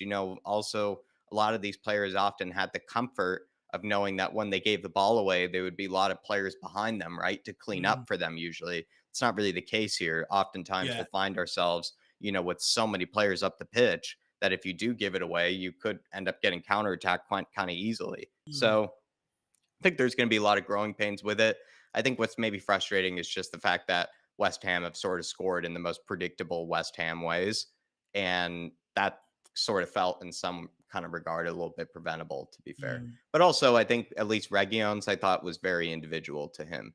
At yeah. least that's my opinion. I think Look, Regions had a good game going forward, but he's shown to have, defensive, yeah. his defensive questions. And I rate him maybe more defensively than others do, but you can see definitely why others don't, at least with Mm, the goal that we did concede. So whereas the second goal is definitely probably more kind of like systemic of kind of us, mm. right, not investing in the center back position. But I'm with you, man. I feel like I'm encouraged by the style of play. I'm Oh, encouraged by a lot of the players that I've seen, trying to play the style play. Romero, even right there, clearly suits it. Romero just, is able to step out of defense, win the ball back, and is able to also still play the ball mm, forward after winning the ball back. Solomon, I think, too, is clearly proving to be, somebody that suits this kind of style of play because when he gets the ball out wide, he doesn't look uncomfortable, when he's really mm, far out wide, taking his man on and things mm. like that. I would say maybe Skippy is the one that looks maybe the most uncomfortable, and maybe Half time. Tanganga and halftime now, Steve. Big up, man. Safe driving to you, brother. Mm. Do you know what, Jack? I agree with you to a certain degree. I think, look, let's start with some of the positives and then we'll go into what always comes back to haunt us. I think, look, when we do get forward, right, I do like some of the one touch football, right? It has opened West Ham up at times. And being brutally honest, if we took some of them glorious chances we've created, we could be, sitting here 3-4 nil up. But the reality is the same problems have come back to haunt us. And it has to change. And the only way that is going to change is in the transfer market. We just don't have the tools necessary in the squad to be able to defend. But going forward, I think, look, Manor Solomon's been a huge plus for me today, Jack. He's been brilliant. Every time he's got on the ball, he gets it out his feet. He's looking to get the ball in the box. He's looking to beat his man. He's looking to shoot. And he mixes his game up very, very nicely. Manor Solomon, I've been very, very impressed with Yeah. him. Yeah. Madison, a bit quiet, but what he has done, what I do like, is when he picks up the ball and around the edge of the box or a bit further back, he is spraying it out wide to sort of get us going in a forward momentum. And then passes are in a forward, not just flat sideways passes under hit. They're whipped going into a forward motion, which I like from Madison. Skip has just been absolutely anonymous. You'd forget he's out there if you want me to be brutally honest. Yeah. Kane, couple of nice touches here and there, maybe needs to sort of get involved in this system a little bit more. I think we need to be creating maybe a bit more from him. Basuma near the end of the half, I think he got into the game a lot more. I think he could have done a bit more earlier. But look, right now It's just the same problems, Jack. You look at like you go through the two goals. The first one, Regulon clears it, fair enough, but then he switches off. Switches off. All you got to do is keep yourself between Yeah. your body between the opposition player and the ball. He failed to do that. He let him get the run on him. The second goal was just as poor. Porro lets the cross come in, doesn't really get out there. Oh, sorry, not Porro. Yeah, no, sorry, not yeah. The other corner, the short corner. Yeah. The guy running in, no one picking him up, Jack, and that's Yeah. basic communication across that back line. If you got a guy who's a strong leader back there, he organizes people, and that's what we miss back there.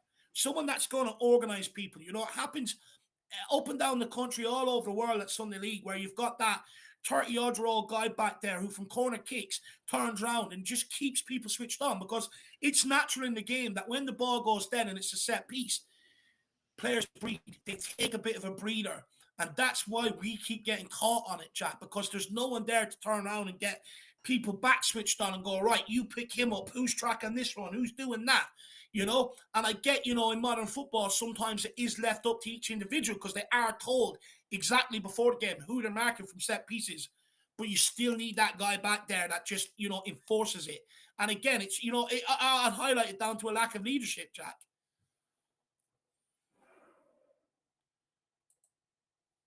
Definitely. Oh, I feel yeah. like, um, as well though, I I can see why, Spurs are still kinda dealing with a lot of the same problems they always have, but, Mm, Ribsy85, who's, celebrating 23 months, who Ribsy, I love that, you're still tuning in, my man, absolute dedication, and hopefully still enjoying yourself, my friend. He says, mm, "We're absolutely blunt in the attack and letting in complete pineapples." I completely agree to, the goals that we've let in, but are we blunt in attack, Ripsy? I almost might even, push back a little bit because towards the end there, it kind of felt like it was it was almost like a clinic of, watching guys, trying not to score in certain situations mm. because there was at least two or three decent chances that you would expect Dave to at least finish if he was I putting would. that there. And that's what I sort of, feel like it maybe needs to also be considered too is yeah, I think the goals that we've conceded, I mean, were pretty bad goals to concede, and one of them was very individual, based off maybe somebody's kind of questionable Mm, ability defensively being Region. Then the other one was the set piece. But going forward, I mean, Basuma could have scored one of the goals of the preseason that would history. have been unreal. That probably would have been up there with Kane's goal against Juventus for one of the best goals we've ever seen in preseason. Then you also have both of the center backs who had some of the best clearances we've seen in the game, but they just happen to be in the Mm, opposition area instead of in front of their own net. I mean, Romero was right in front of an open net practically, and ah, ended up just slicing it across his foot. And Tanganga was, I mean, he was on the goal line basically, and then mm, he ended up clearing it away somehow as well. And then there's another chance. I think Solomon, right? He could have probably buried that. Kulusevski's had at least two, I think, chances yeah, that he probably could have buried, to be yeah, fair to him. And then Kane, I feel like it's been neither a mistouch or, something here and there. I wouldn't say he's had as many clear cut chances, but you could say mm, that maybe he's been in the right areas, but he's either just not gotten in front of his man or whatever, mm, with some of the balls in from Pedro Porro. So I actually feel like for the most part, we're not creating chance after chance after chance, but mm. one of these guys should have a goal. That's my opinion. One of these guys should have a goal. I agree, Jack. I agree. I think we've had more than enough chances to at least have one by now. What I think maybe where I sort of agree with Ribsy to a degree is everything's out wide and crosses into the box. We have to learn to mix that up because it's going to be very, very easy to play against, especially with a lot of the teams in the Premier League lower down, right? They've just got centre halves who sit in that box, head it away, sit in the box, head it away.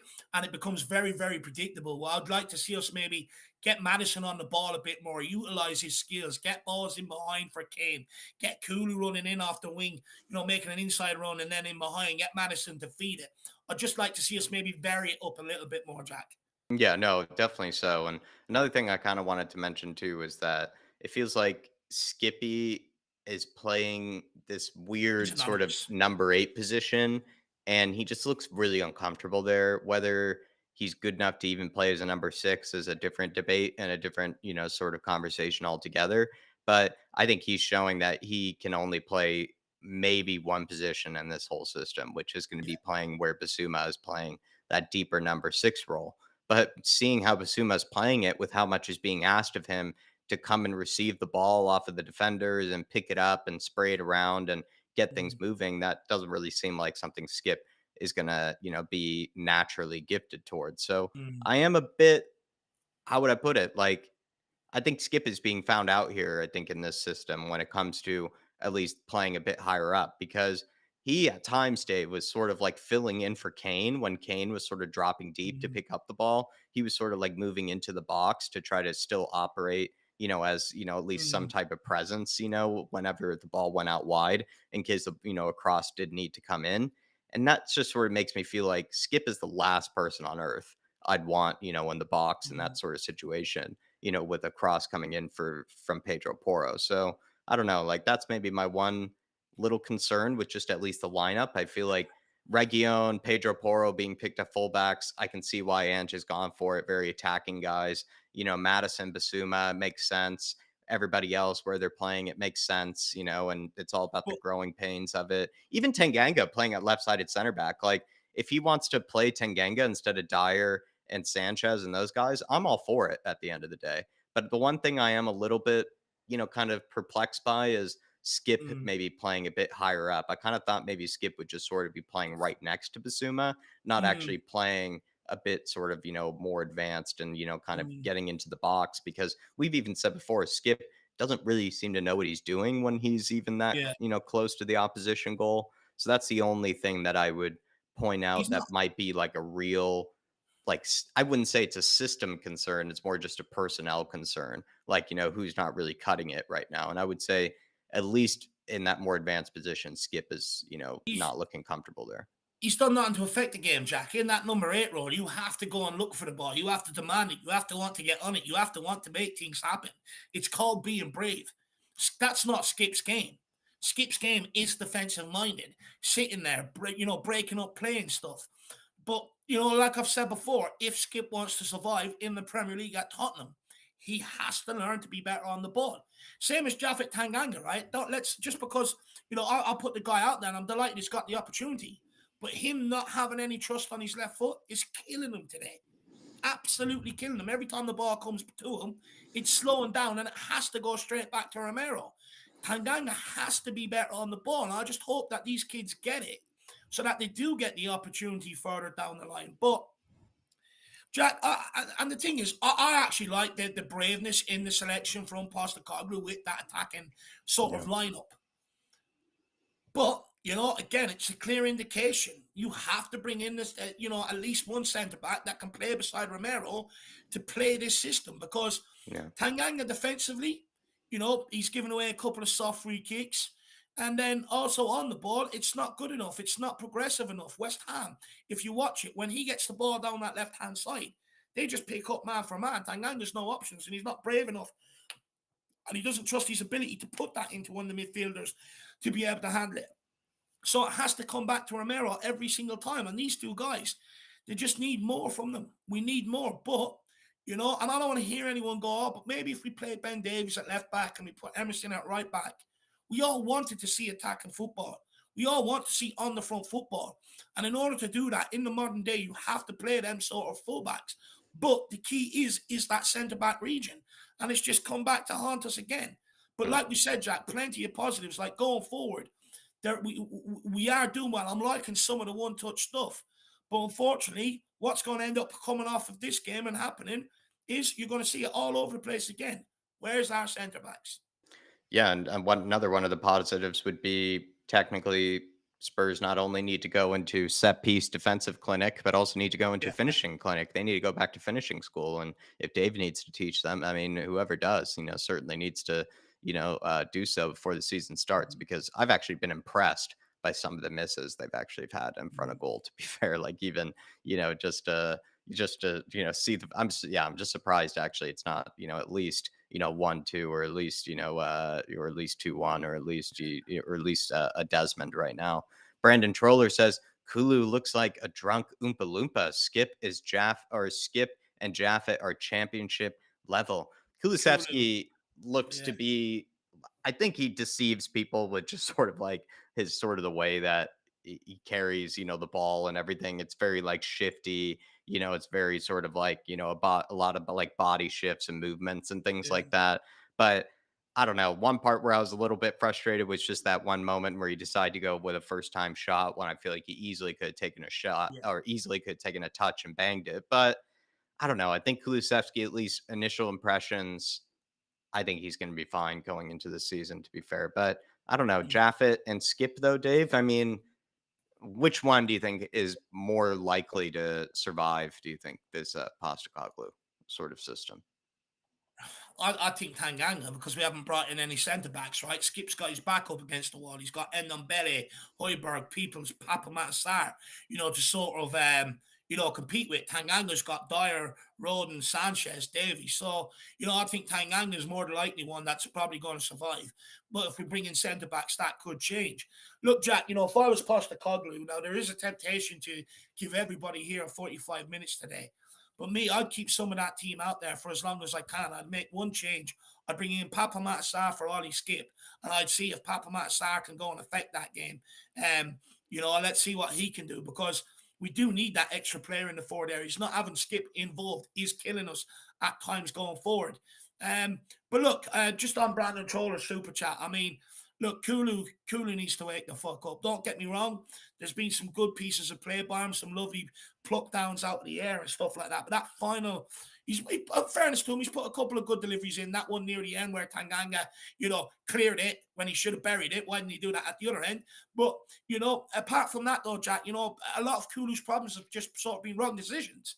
Mm. Like you said, snapping at things when he's off balance, this, that, and the other. And it's sort of like, he just needs to wake up a bit more. What we want to see is what Solomon's doing. Get the ball down, go at your man. Go outside, go inside, and just cause trouble. What's the story? Says, I got a nosebleed watching this beautiful attacking football by a couple of defenders, and we should be okay. Hmm. Look, yeah, I agree with it, and this is why I know people are sick of hearing it, but this is why I keep highlighting the back line. I keep telling people we can play all, and today highlights it, right? We can have all the possession in the world we want. We can look to play all the attacking football we want. But that defense is absolutely crucial. It's like a building, Jack. You have to have a solid foundation to build upon. And Mm, that's what we need at this football club. mm. You had so many people the last few days falling into the trap because it's Andrew and they want to give Andrew a go. But you can still give Andrew good opportunity while sitting there demanding that we get centre backs in this football club. You heard excuses, you know, well, Andrew wants to take a look at them. Look at what? I could give the guy a fucking a ton of highlight reels on them guys and the mistakes they've made. And just from the mistakes they've made alone, you can tell they're not a good defender. Mm. And this is the problem, Jack. This is why I keep highlighting it, because under every single manager, this position is going to be a problem until it's sorted. And we're making changes this half. You've got Richarlison, Ben Davies, who's number 18, Lacelso, all coming into the fray. Any remedies for the out loud, Dave, for a nosebleed for him? No, not much. Just whack another can into you. That's what Mm. I'd say out loud if you're on them. But Yeah, if everybody, any please chips, keep. that you have left around, maybe that's what it is, just sort of, yeah. The outline doesn't like chips as much as I do, Jacko. The outline likes his like weird breads and stuff like that. Bit of a connoisseur that way. But everybody, please smash that like button. Please absolutely obliterate that subscribe button as well. And guys, just before halftime kicks off, if you are enjoying it, I'm Papa Matasar's warming up. Davison as well. Jesus Christ, before nil down. Feel free to get in your super chats with your thoughts and opinions, and don't be afraid to use them to steer the conversation the way you want it to be heard either. Stuart Look at the Wheeler West had a Ham good fans having the time of their life, Jack. It kills me. Stuart Wheeler had a comment earlier, Dave, sort of asking whether maybe chances have been created, without needing Kane to sort of be completely involved, if that makes sense.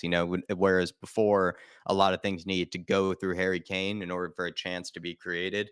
Do you think like players are able to create chances more for themselves and for each other without things needing to go through Harry Kane as much?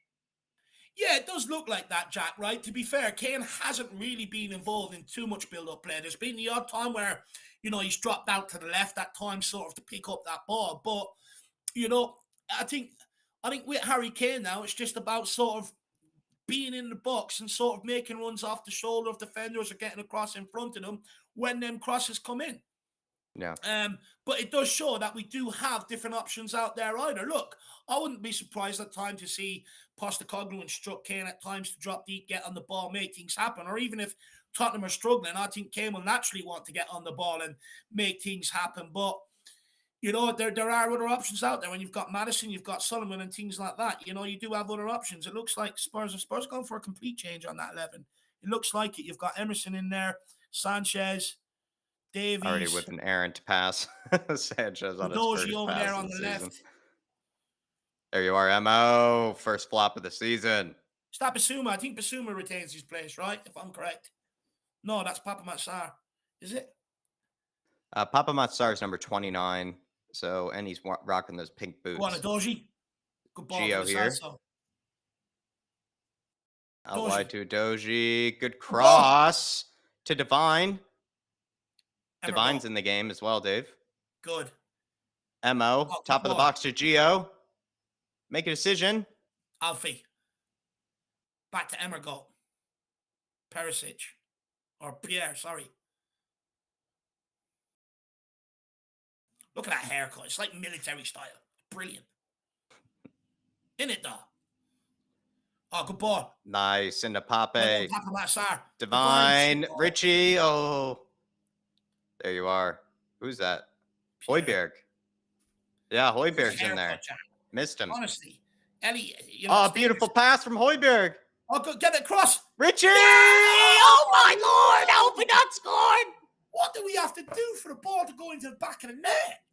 What is even Perisic complaining for? Like now, Dave, these guys can't finish so much. Now they're complaining about, And I wouldn't mind. Do you know what's ironic, Jack? All we've seen of video clips is coming out of Tottenham players finishing the ball. Now they couldn't finish their dinner. I mean, I don't even know. I mean, maybe that ball could have been a bit more on the floor, but I mean, come on, at this stage, like, can't be complaining about the service with all the goals we've. I'm not looking forward to Gio corners anymore. I'm not looking forward to. Oh, that was Perisic. Everything was done right. But yeah, Pierre back into the team. Is he going to be playing that deeper role? Let's see. Yeah, he's definitely filling in on the Basuma role, that number 6.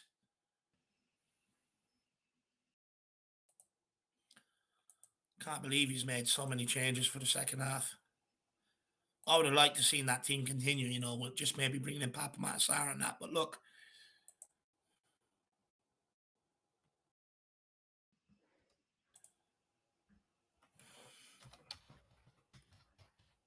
David Lever says, big up David. He says, afternoon, boys. If Levy isn't already on his way to Germany, he should be. Yeah, next flight. Next flight to Frankfurt.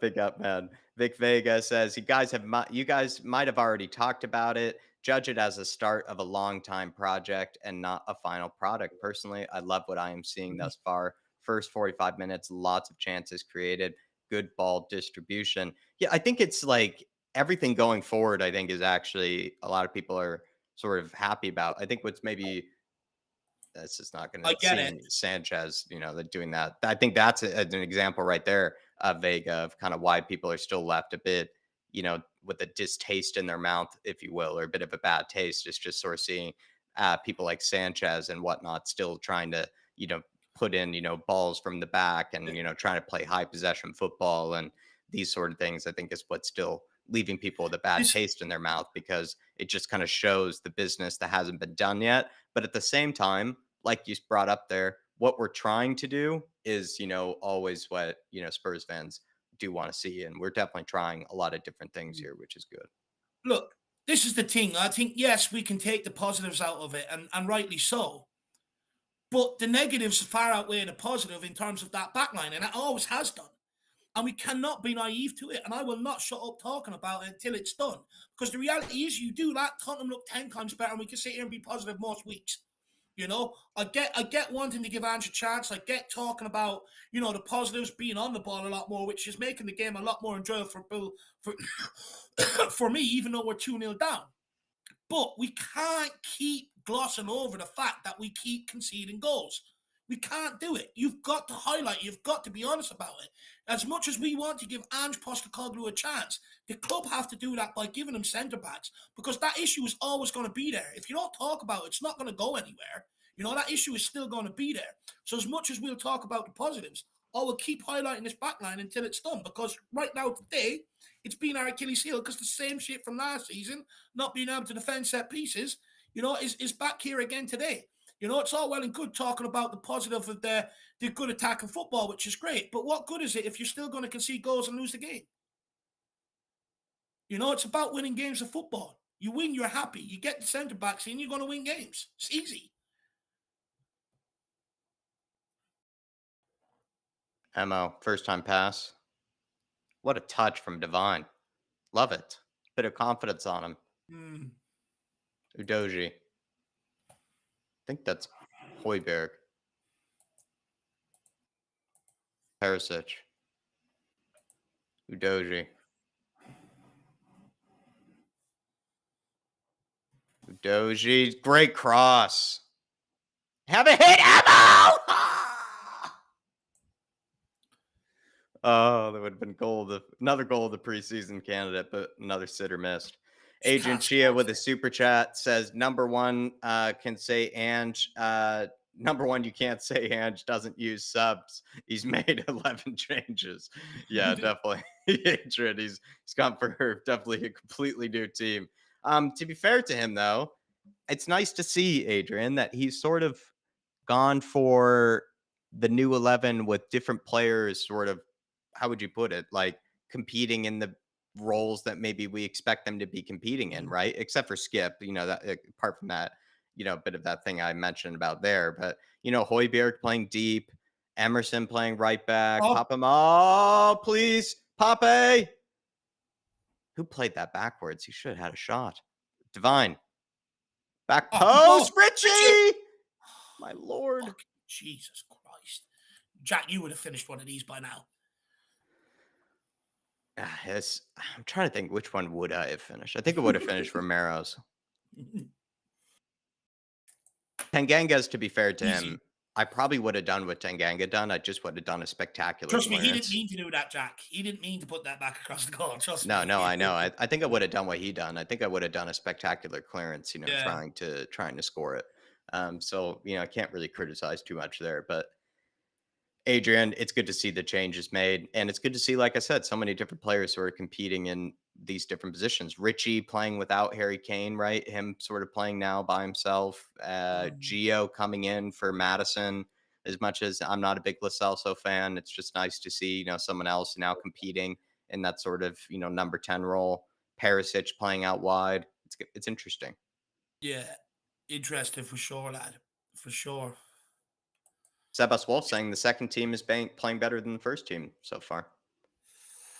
Yeah, they're doing all right. But look, let's not be fooled. The reason why West Ham aren't coming out, they're just sitting back. They're 2-0 up. Yeah, 2-0 up. And it's the same under Antonio Conte when teams went up against us. Why do you think we look better in the second half? It's not because we're better. It's because teams drop off. I've always highlighted that, Jack. In second half, people always second half FC. No, we're allowed to play because teams just drop off and keep it tight. That's the biggest difference. And we're going to keep seeing this as long as the back line keep doing that same shit. But all in. Good ball as well. That was a brilliant ball, right on the money. Alfie. Salzburg. Got back to Hoiberg. Hoiberg gone down the line. West Ham just sort of looking to get up the field a little bit, put some pressure on us. Yeah, they've been sitting deep for a while. Good Bob. Benjamin moved that. Oh, holy Ben Davies. Jack, he has two players there, right? And he hits it in between them straight. Oh, good ball from Gio, though. Bloody impossible what Ben did. That's actually impossible what Davies just done. Two Spurs players, and he gives it to the West Ham guy. Jesus Christ. I just can't believe it. 2J saying, what a shame Ndombele is injured. I would have liked to have seen him come into things. And to To see him and Gio at the same time would have been interesting, actually. Gio and Ndombele at the same time, but we would have probably gotten.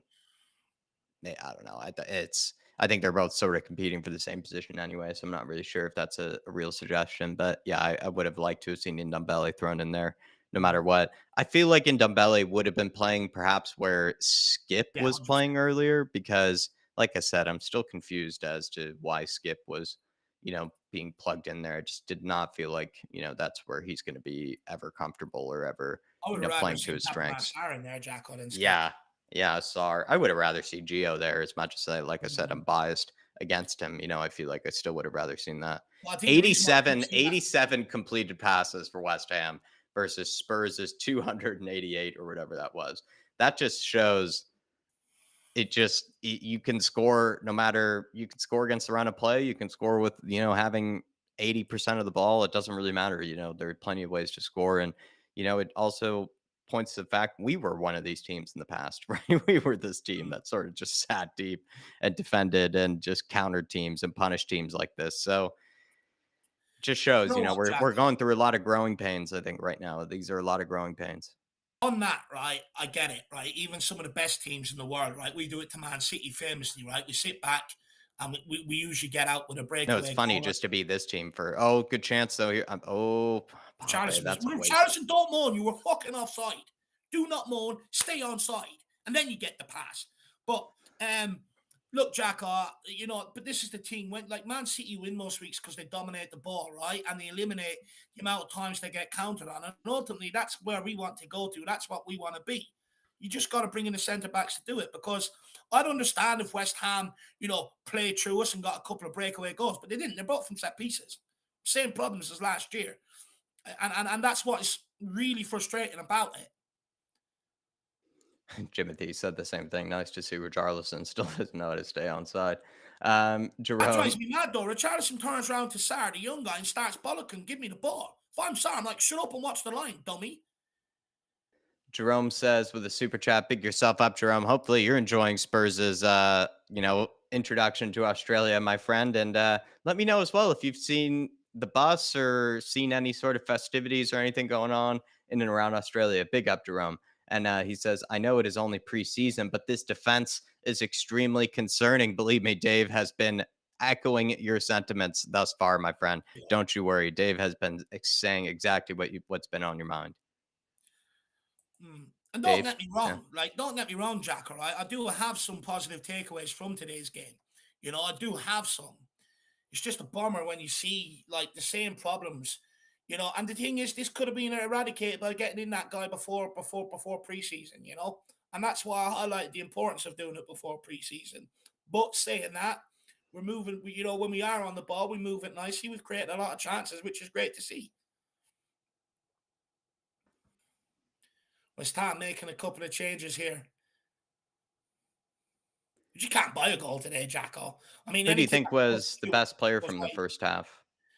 Best player from first half, Jack. I'd nearly put Solomon down in there for one of them. I think he was, direct. He wanted to get on the ball. He wanted to make things happen.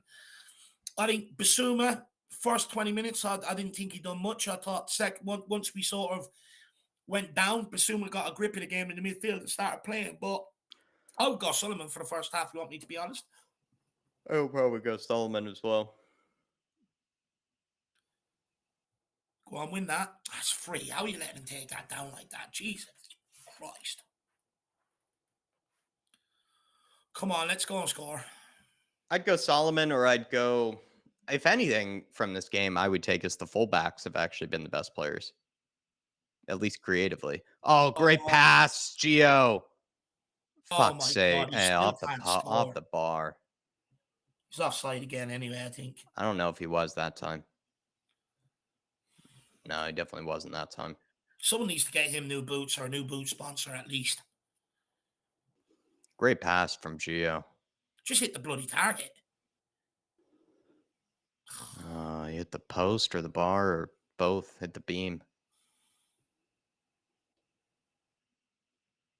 Well Good done, header. Emerson. Go on.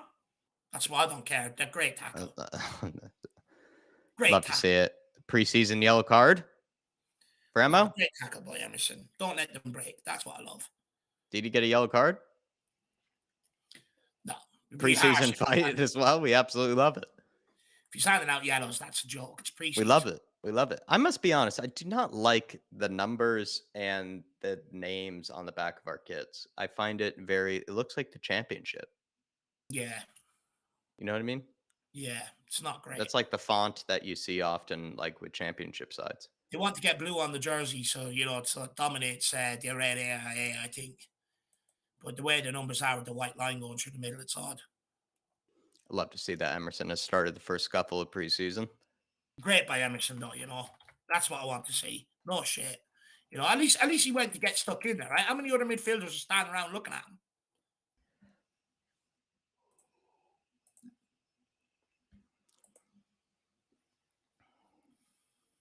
Gene D saying we've had so many chances, but true, the defense is shaky. And he says Solomon is a good player. Yeah, I think Yeah. Solomon has been probably maybe one of the highlights of this match in general, I would say.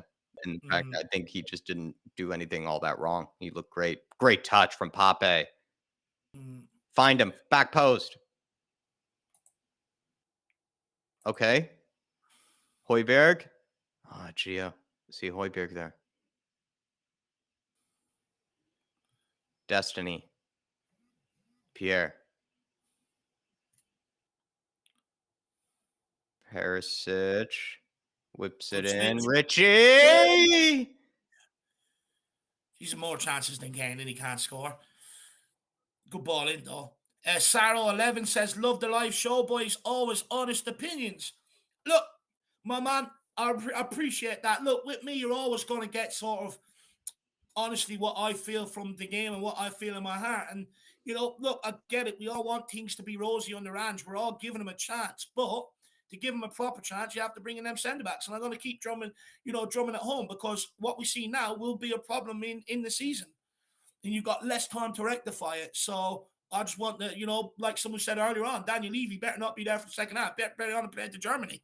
But big up, Sarah 11, my man. I appreciate it. And the only reason why I highlight it is because I just don't want us to go into the same team that we were last season, where everyone gave these guys a chance preseason. They were like, Dave, oh, you're so harsh on Romero against Roma. But then that shit continued all the way season through, and it's still going to be there unless we address it. And another thing, every other manager has been sacked off the back of that back line, because they can't keep goals out and they lose us games, and that's it. And then you hear people make excuses. Well, these guys are international players. They're not that bad. Despite how many errors they commit on the pitch, we still got people going, well, they're not that bad. It's not their fault. It's the manager's fault. It's this fault. It's that fault. No, we've seen that. We're on our fifth manager. In fact, we've had Jose. Well, in fact, they started by getting Pochettino sacked, some of them when they started coming in. Then you've got Jose, Nuno, Conte, and Stellini. We're on Ange Postecoglou now. Are we really going to let this go into another season? Come on.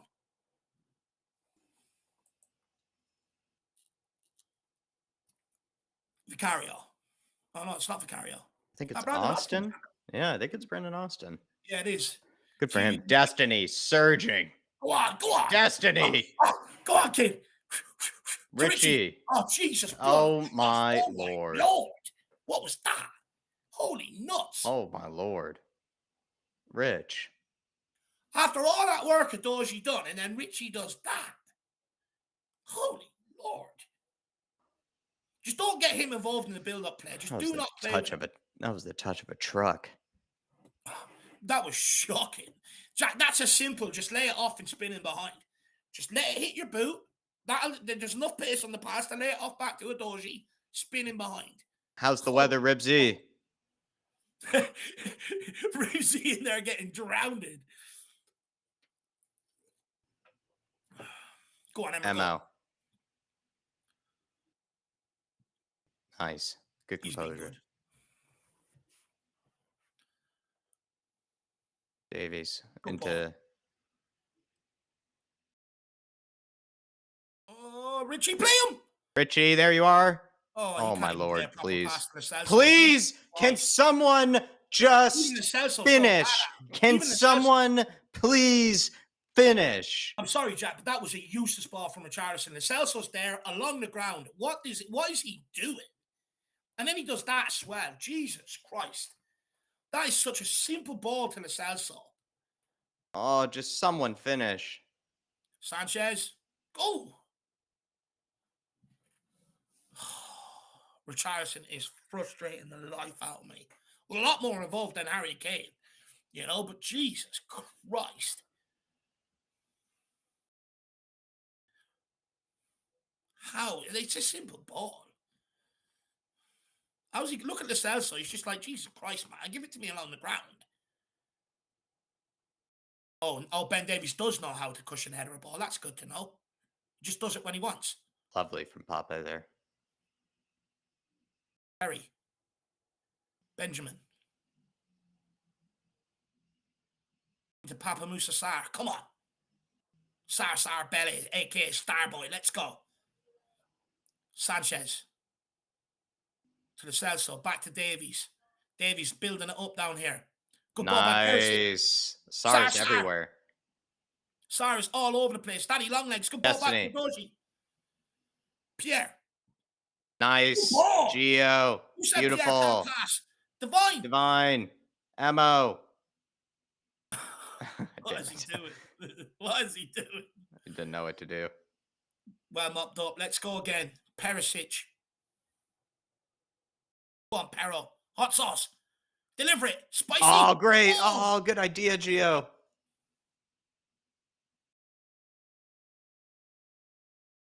Doji. Into Salzburg. The Celso. Emerson. Come on, Emerson. Look to go forward, buddy. Sanchez. Get it out wide to Divine.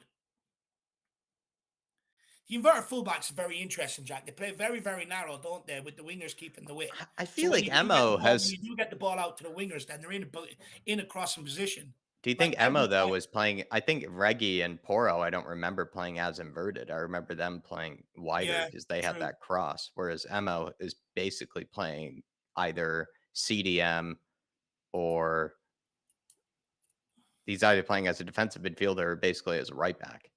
Same as Doji though. If you look over at Doji's side, he comes inside a lot of the time as well. It's good to see. It's interesting. Papa Sarr, go on, shoot. Divine. Good pullback. Emerson. Sarr. Good ball to Salzburg. Have a shot. Oh, what a pass. Ball. Oh, who said he can't pass? Oh, somebody Divine. Oh! That's two brilliant balls by Salzburg, Quality balls. What a pass on the half volley to Perisic. Oh, jeez, that's beautiful. Emerson could have gambled alongside Richie there.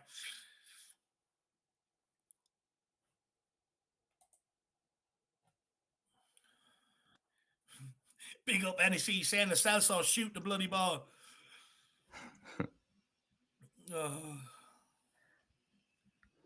Perry whips it in. Please, Gio! There we go! Gio! There it is. Jerome a while ago. Sorry, Jerome. Jerome a while ago says, bloody hell, 16 shots and 7 on target against 3 shots, and yet they are still 2-0 up. That's why I've been losing my mind, Jerome, about them not finishing these chances, man. I mean, honestly, I think Richie needs to go to finishing school. I think Romero and Tanganga need to go to finishing school, maybe for a second. And then also some other players just need to shoot. Like, they've had good chances, and then they're not even shooting it. Like, they find themselves with the ball like 4 feet away from goal, and they're like passing it backwards. It's been nice to see us create so many chances, but it's also, that's the thing, creating that many chances and then sort of missing easy ones is almost torture at times. But honestly, I enjoy seeing us create this many chances because at least I know like that we could have scored more. Whereas it's hard to watch us defend terribly, but then also create nothing at all. Whereas now we've been defending at least pretty horribly, but we're still creating chances, it's just a big change. I think the big maybe impact has come mostly from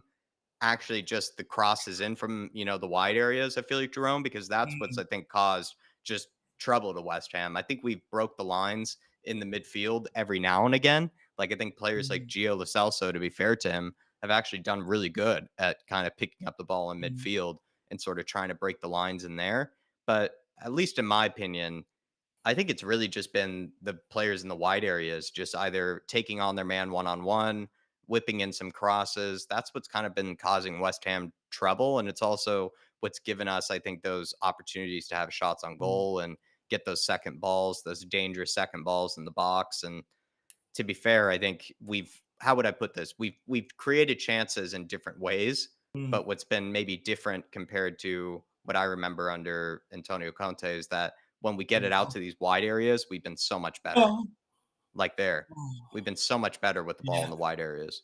Absolutely spot on, Jack. And oh, I think the biggest difference, and you sort of highlighted, is Reguilon and Porro sort of played on the outside in the first half. In the second half, the fullbacks are playing on the inside, which creates a lot more space to your wingers when you get them the ball, because naturally the winger who's marking the fullback comes inside with them, which leaves your winger one on one with the fullback.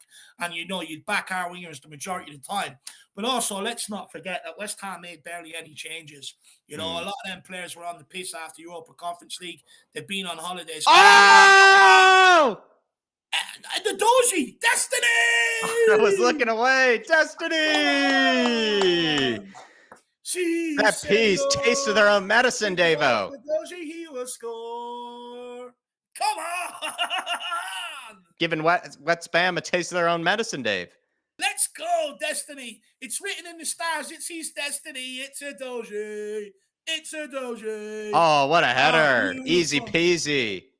What a Look at flick. Look this. at He that. just Push me rolls it on, off Bob. the top of the noggin. It's beautiful. Gorge. Come Richie, on, Destiny. Richie, take a note. Take some notes, Richie. Oh, beautiful header. Just Oh, love that. that's class. And West Ham are now paying the price for not making substitutions. They're absolutely bollocks. I think they made a few, but not too many. And they've been playing mostly kids in certain positions as Yeah. well, from what I can tell. And they've been playing kids who are probably not good enough on the ball to really keep possession against our type of way of playing. But Mm, another thing is that they're playing like a 4-4-2, Dave. So mm, it's sort of like you're pretty much asking to mm.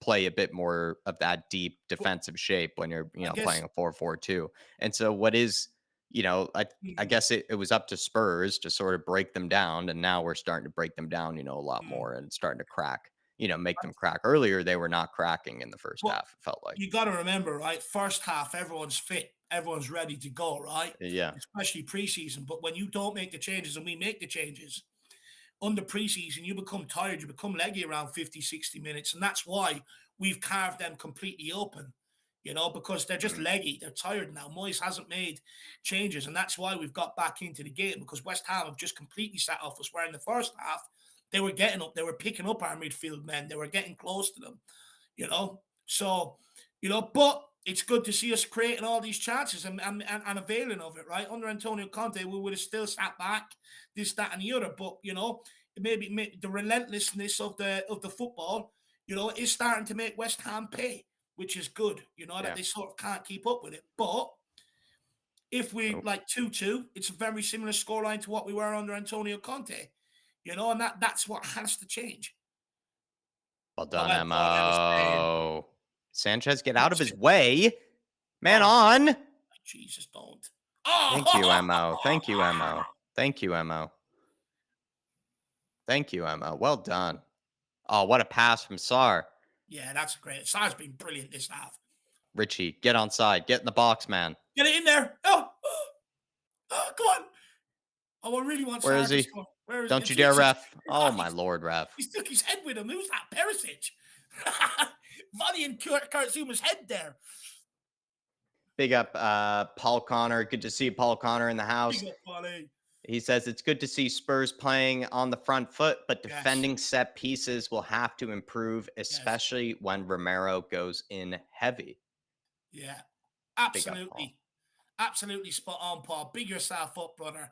Absolute legend. I'm delighted we're back in the game now. You know, But delighted for Destiny Adoji as well. That'll get him off to a good start. Because, he's a bit of a shy kid. So brilliant. Jerome with the super chat said, with those stats, 22 shots, 9 on target, no way we are losing this game. Let's go. Come on, you Spurs. Do you know what, Jerome? It felt like there for a minute we couldn't buy a goal, brother. It felt like we could not buy a goal, man. Now things are going our way. That's what we want to see. It felt like that towards the end of last season, though, Jerome, where there were certain games that we did lose just because also we weren't finishing like some pretty easy Oh, chances. Sahar. I do Oh, my remember a God. I'm lot going of to get him chances being trained. wasted last season. So it's nice to see us at least grabbing them this time. And Mm. to be fair, we should probably have four at least. I think we really should have at least have four. But at least we've grabbed these equalizers. And now it's up to us to see if we can take it to the bubble blowers. And Oh, oh, here we good go. chance. Oh, Jesus Christ. Must have been Do you, off. do you know what, though, Jacko? Just quickly, if there's anyone out in Australia, Ribsy, looking at you, I know you're at the game. Jack is looking for an Emerson autograph. And do you know what? I would love a Papa Matasar autograph. So, I've already got Harry Kane. So let's move on to Papa Matasar. So if anyone's out there and can make that happen for your boys, please, please do. Tottenham LSG saying Destiny is a baller. He's Yeah. looking good thus far, Dave. Like I said, I think the fullbacks may be the players in the match tonight. Run on the ball though, Jacko, and Richardson played a shit pass back. That's what you want to see from your fullbacks. That's what we bought Destiny Adoji for. That explosiveness.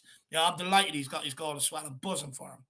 And Jerome, let's see who grabs this third for us. I'm thinking it could be Gio again, to be honest, man. I think Gio is looking good. Divine potentially. Divine's actually looked pretty good. He's not looked out of place, would you say, Dave? No, no, he Zoe's has. brought that up in the chat that he's looking all right. No, he is looking all right. But what I will say, Zoe, is, and I sort of alluded this to the other day, right? And I know, people would say it seems unfair, this, that, and the other. But the reality is, Divine, Spence, kids like that, when they come on these preseason tours, they have to stand out. It's not enough just to fit in or look out of place. They have to stand out if they want to be kept around and not known out. So I would like to see Divine get on the ball more and look to dictate this ball game more and just grab it by the scruff of the neck. And look, I know people say that sounds harsh, but that's the reality of football, Jack. Yeah. Even when I was, 15, 16 years of age breaking into the senior team, I'd buy my time off the bench, and when I got on, I had to make sure I'd done more than anybody else on the pitch. And that's just it at the end of the day. It's harsh, but that's football. And then Joff Totten out in Perth. Big up, Joff. He says, evening, guys. Just tuned into your stream, watching on TV. Convert those chances, Spurs. Nah, big up, Joffy boy. Hopefully you're keeping well, my man. And, a nice game at a nice time for you. By the way, Jack, we haven't seen William Kelly today, which is disappointing. Hopefully he's at the game. I hope that's why we haven't seen him. I may actually give the fucker a ring, make sure he's, still alive. But Joff, make sure you enjoy the game. Hopefully all you Aussies are enjoying the game, It's a nice time for you. Oh, no. Sanchez has just let him in here. And he's finished. Fuck off. And he's finished. And this is what I keep talking about. All momentum is killed now. He has killed the momentum. He's killed it. Well done. Round of applause. Idiot. It's just as simple as balls. And look, I know he doesn't mean to do it, but he does it all the bloody time. He's killed the momentum. He's absolutely killed it. This is what Harry Kane talks about. I think he's on. Oh, my God. He's just... What's he moaning about as well? What's he hitting the ground for? It's just a simple ball. It's a straight ball. Straight balling behind. On his inside of him as well. And the thing is, right, if he's not going to get man tight, then he already has to be on the half turn ready to anticipate that ball in behind. He's neither. He's caught there going to intercept the ball, and he's nowhere near it. Yeah. Frustrating. Very, very frustrating.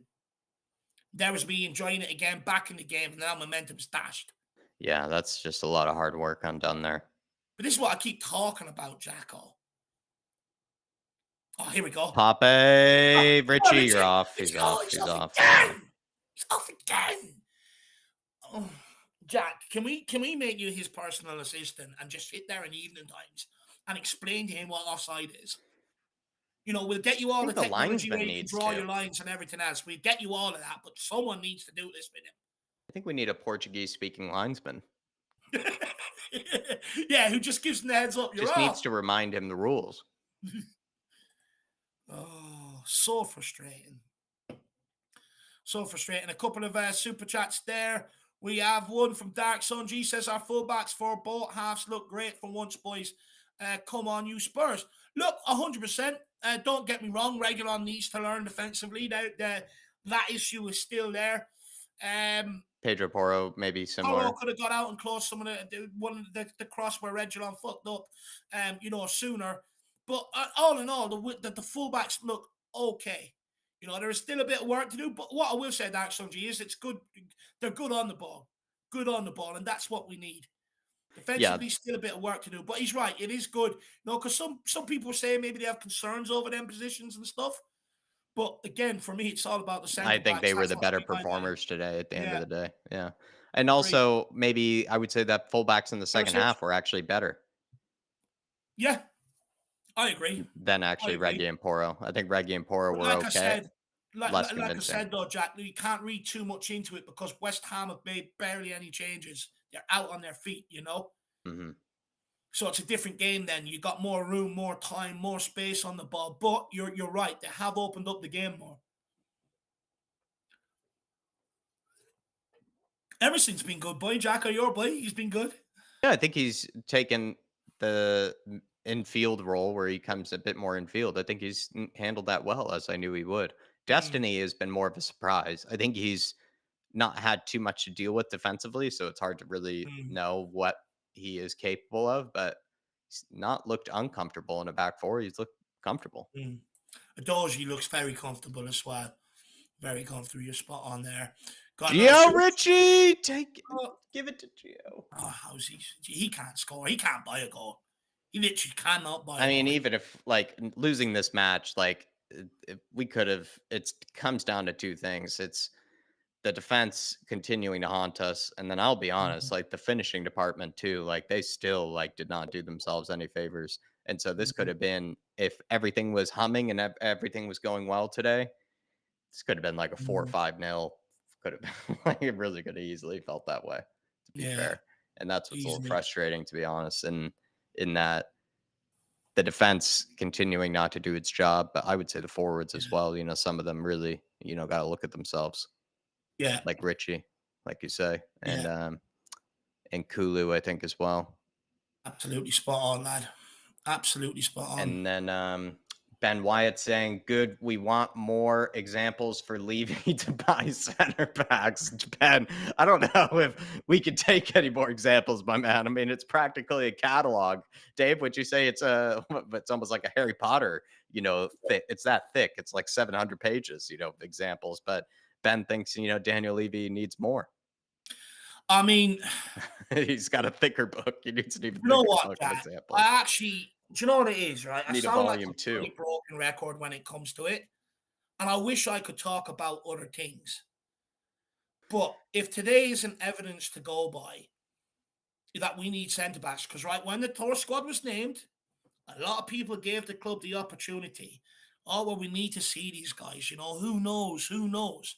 It's fucking obvious. Today's more evidence again that it needs to be sorted out. Like I already highlighted, Jack, how many more managers do we have to go through before we sort the issue? Mhm. Like I said earlier on, when you're building, you put in a solid foundation that gets signed off by experts to build up from that. And it's the same here. You buy centre backs, we win this 3-0. You win it 3-0. Oh. It's like I keep saying this, we can, and I said this last season. All well and good, you can switch from Antonio Conte's defensive style to Oh, Postecoglou's attacking style. And don't get me wrong, we enjoy the games more, right? We enjoy the game. I've enjoyed today's game more, but it's still 3-2 to West Ham. Same shit continuing under Antonio Conte last season. 4-3s, 3-2s, this, that, and the other. A manager is not going to make them players better at the back line. They're just shit.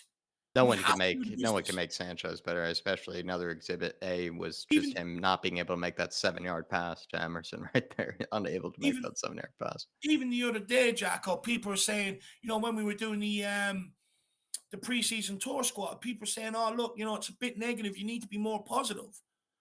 And it's not negativity. I'm just highlighting an issue that really needs to be sorted out so that we can sit here and happy clap every single week. It's all I want to do.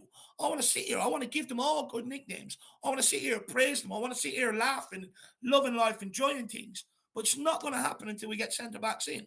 And that's why I keep calling for them. I know I sound like a broken record, but it will fix a lot of our issues. Richie. Oh, don't try and take Okay. everyone on. Oh, good ball. Corner kick, that'll do. I do like Ben's attitude, Dave, where he's sort of, just cataloging them like he's collecting stickers or stamps. You know what I mean? Yeah. Like he's, and I think he's going to need a second booklet. He's almost going to need a volume two, I think. No, you're spot on, Ben. You're absolutely spot on, my man. We need the centre backs. It doesn't matter what style of football we play. If you don't Pierre? have the defenders, you can't win games. It's that simple. And then Brandon Troller says, "Have you ever seen a player offside as much as Richie?" Lad, honestly, it's so bloody frustrating. And How you know what it is? it's the amount of chances he's just missed another chance there. I mean, how many? Which one would you rather have? How many chances he's missed, or how many offsides he's had? I Do mean, you know what it is, though, Jacko? Last season's still playing on Richie's mind, right? And the longer you go without a goal, I'm not being there. The longer you go without a goal, the less patience you have on the timing of your own because you're so eager to get in behind and get that duck off your back. So what's happening now is Richie is so quick to want to go all the time, and then what's happening is he goes, then he bends his run. He needs to just still show the same patience that he was showing in years gone by. Bend that run, then go. He's just way too eager at this moment in time. well Way too done, eager. Alfie. Well done, Alfie. And that's his problem, Brandon. Just too eager to just go and get that goal because Yeah, not scoring the goals he wanted last season is still in there. yeah. It's really frustrating, Brendan. And what's really frustrating as well is he's probably been in front of almost double as many chances as maybe Kane was. But Mm, with Kane, he's going to probably finish it. And then he's also not going to be offsides, or he's not going to deal with, this sort of, yeah, being unassured whether it's actually a good goal or not. Because with Richie, it feels like he's either A, maybe going to miss it, or B, yeah. he's going to be offsides. Where with Kane, might I feel like Kane didn't nearly have as many chances, but if he Mm, were in front of those, I mean, he would have, we know, have been onsides and probably would have buried them. Great um, pass from Papa Matsar. I mean, his technical ability for yeah, he's been his good. age is crazy. He's been good. But big up Dark Son G, big up Ben, and big up Brandon Troller. And Ben, just maybe to come back on your point yet again, my man, 24 shots to 4, and they're winning 3-2. You don't need any more to tell you that we need centre backs. I think it also just goes back to, again, you can win any way you want, really. And I've always stood for that. I mean, we've been playing a Mm. brilliant brand of football. I think everybody's happy to see us playing this way. But This is what the we've fact that argued West all day. Ham have the fact that West Ham have won in this manner is just Mm. evidence of, Richie, here he is. But Jack, we've even spoke before on the Conte Mourinho. The reason why they win trophies is because you can play that way and win, but you just need the players to do it. Yeah. You know. And the reality is, we just don't have them guys at the back line. And we've seen it doesn't matter what way you play, whether you play on the front foot football or defensive football, you're going to still leak goals until the problem's sorted in the transfer market. 24 shots to 4, and they've put 3 in, and we've only scored 2. And even if we would have won today, 5-2, 6-2, I'd still be sitting here talking about the centre backs. You've got to learn to keep clean sheets. Oh, Oh, oh, Sanchez Sanchez, you're so much better in the opposition box. I thought he'd bury that. on his left foot as well, on his weaker foot. Well, Dave, he's better as a striker than he is a center back. I Yeah, figured he true, would bury that. true. Neil Shafton says Richie has to practice Zen Buddhism, be the ball, enter the goal. Yeah, yeah. Stuart Wheeler says first part of the second half seemed to be all Hoiberg, yet you have not mentioned him. Is he not doing well? No, we have mentioned him. Look, Højbjerg's just doing the simple thing, getting on the ball, keeping it moving. Mm. He made a couple of nice passes earlier on in the half. He hasn't really made any of them since, but he's still doing his job. Great Divine. takedown. Who was that? Divine. That was Yeah, super. that was lovely. He's That like I was said, he's looked saucy. great. He's looked great, I think, Divine. Yeah, he has. I've been very impressed with Sarr. He's been brilliant. He's just been everywhere. Oh, look at that. Look at that. Look at that. He's Little just finish. everywhere, I think, Sar. Here we Ben go. Ben Davies. Davies on the outside. To Destiny. Back to Davies. Ref, Oh, he's pulled him down. He's just, I've never known someone wanting Ben Davies' number that badly. He's literally grabbed him and pulled him down. Davies, what are you flirting with him for? Just smack him, pull him by his shit haircut. Look at that. Okay, fair enough. He's gone down a bit easy, but I would too. I'd be looking for it. Davies wearing the captain's armband. That's a disgrace. Disgrace. Yeah, Joff from Perth says Richie would score 5 goals a game if, if he was Kane or if he was accurate. Yeah, I agree. I'm telling you, I've been there. Put yourself in the striker's mindset. He's so eager just to get the duck off his back that he's not thinking properly in the moment. But it just shows though, like you can be in front of 1,000 chances, like and still end up with 0. Like, Yeah. like if you just don't either But, A have the ability to finish or have that sort of nous to know, how to be with the last man and when to time your run and all those things. Like that's these sort of things that we just sort of take for granted, it feels like, where Richie is really good at being in the right place at the right time, but he doesn't have the other parts to it. Do you know what it is, though, Jack? Right? He's a No, good no one. fox in the box in a way. Maybe he's a bit of a fox in the box, but I would say He's he's alert in the not. box. But he's just not. He doesn't have that sort of tactical sort of nous to know when to make the run. Like he knows to stand in the right areas. It feels like he's never in the wrong area. He's never not in the right place to make the run, but he never makes it at the right time, sort of Do you thing. know what it is, though, Jack? No one sort of really highlights this enough, and I probably should. But when you're a footballer, you've got so many things going on in such split seconds, right? You've got players running off you, you've got player to hold off, you've got to try and maneuver a ball and stuff like that. And what makes a great player is the calmness in that moment. That's the difference. Someone who's calm on the ball in that moment and just does the right things. Richarlison is losing all composure in that moment because he's so desperate to score. You could see it last season crying at times because it wasn't going his way. And that's how desperate he is. And he just loses all of what he's been taught growing up that's got him here in that moment because he's just so desperate to score. Well, get it in. Perisic. Let's go. Hot sauce. Hot. Pape. Good leap. Got up fucking high there. Salzburg, Here. back to Sanchez. Into Emerson. Salzburg, out to Alfie. Alfie, back to Saucy. Oh, Sir. Free kick. Loves giving these free kicks in these areas, but he refuses to give one. Yeah. I think we've had a few penalty shouts. This will probably be our last chance.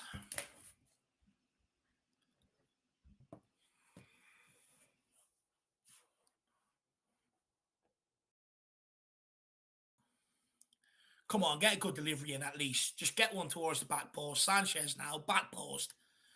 Richie, Emerson, they're all there. Do not overhit this Perisic. Do not. I'll get to part myself. Shit. Doji keeps it alive. The Celso back to a Doji. Go on, let's see what your cross is like. Pape.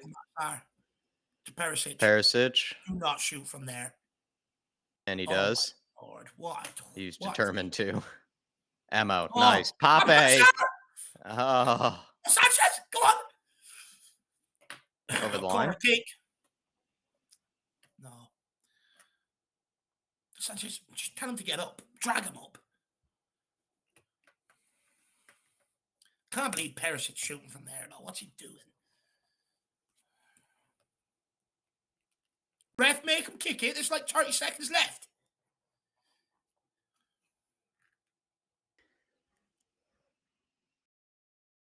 Doji's a big boy, isn't he?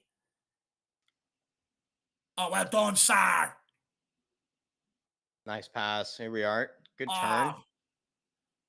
Musa. Sar, boy, let's go. Get it out wide. Come on, Dave. He's quicker than that. Jeez, I put ahead of him. Oh, my God. Such an easy pass. 2 players there, and he plays behind him.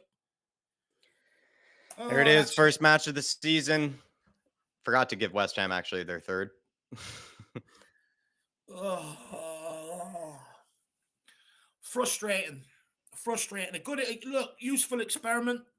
We sort of know what positions we need to address in the market now for sure. So What that's would what makes it a be useful experiment. Let me throw some questions your way, Dave. What Go. would be if you could only have 3 takeaways, what would they be? Look, the first one, because I want to win games most week, buy centre backs. That's the first takeaway. Second takeaway, fullbacks, positive today. Hmm, Positive. Destiny Adoshi done well when he came in. Regulon done well to a certain degree going forward. That's a lot of work still to do defensively. Emerson good when he came in. Porro okay going forward. Again, could have done a bit more defensively. yeah. I really like the look of Papamata Sarjak. It just shows me that he's streets ahead of Ollie Skip. And that Richie, he just needs to calm down. Just Did relax. Tanganga do enough for you? No, Like I know no. he's gonna unimpress in certain areas, but does he have any sort of future, do you think, in that back four? Or do you think he's just showing he's gonna not cut He it just like the can't use his rest? left foot, Jack. And that killed us in the first Is half, he right? gonna have to play on the right then, do you think? Or is he He's going to have to be a backup to Romero on the right hand side. He just cannot play with the left. You look at in the second half, right?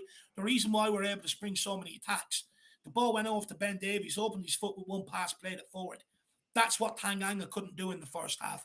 He, because with Ben Yeah. Davies being left footed on the left hand side, as soon as he takes that touch, it opens up his body and automatically puts him in that position to pass it out to the left. When Tanganga does it, he's touching it with his right, which is a touch back on the inside, which then closes off the angle when he's to pass it with his right foot. So he needs to become a lot better on the ball. He just has to be so much better on the ball, Jack. It absolutely killed us in the first half, that how slow and that he was on the ball. He needs to be a lot better in that regard. Um, Look, defensively, he didn't really put a foot too wrong, but on the ball, he absolutely He killed us in had that first half. I feel like he had that recovery pace that Dyer, Davies, Longley, Roden all wouldn't have. But Mm, he also was able to make the tackles when he needed to, in those desperate situations when we've seen Dyer just never even bother to even try to make the tackle. mm, He just sort of stands there. But the times in which he gave it away were really concerning because he gave it mm, away sort of unnecessarily. And he also, as well, like you said, struggled to have any confidence to use his left foot, which is sort of necessary if you are going to be a right footed center back on mm, that left hand side. You're either going to need to be comfortable carrying it out of the defense and being able to put yourself under pressure and make good decisions. mm, Or you're also going to need to have also as well, maybe mm, both would be nice, but definitely one or the other is needed, mm. is to have that ability to play it with your left foot, But in most situations. And we, you see Tapsoba players like, even a Max Kilman.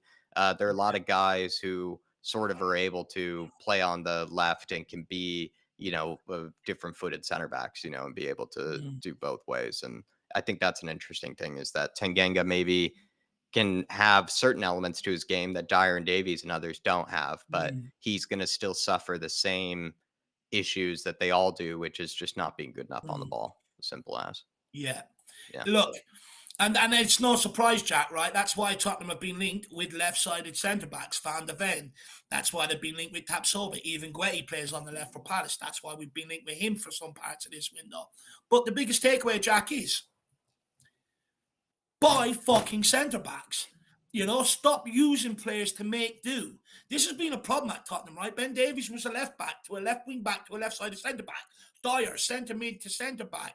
We keep asking players to sort of play in positions they cannot play. Now, look, I'm from an era where I don't think it's an excuse for Japhet Tanganga.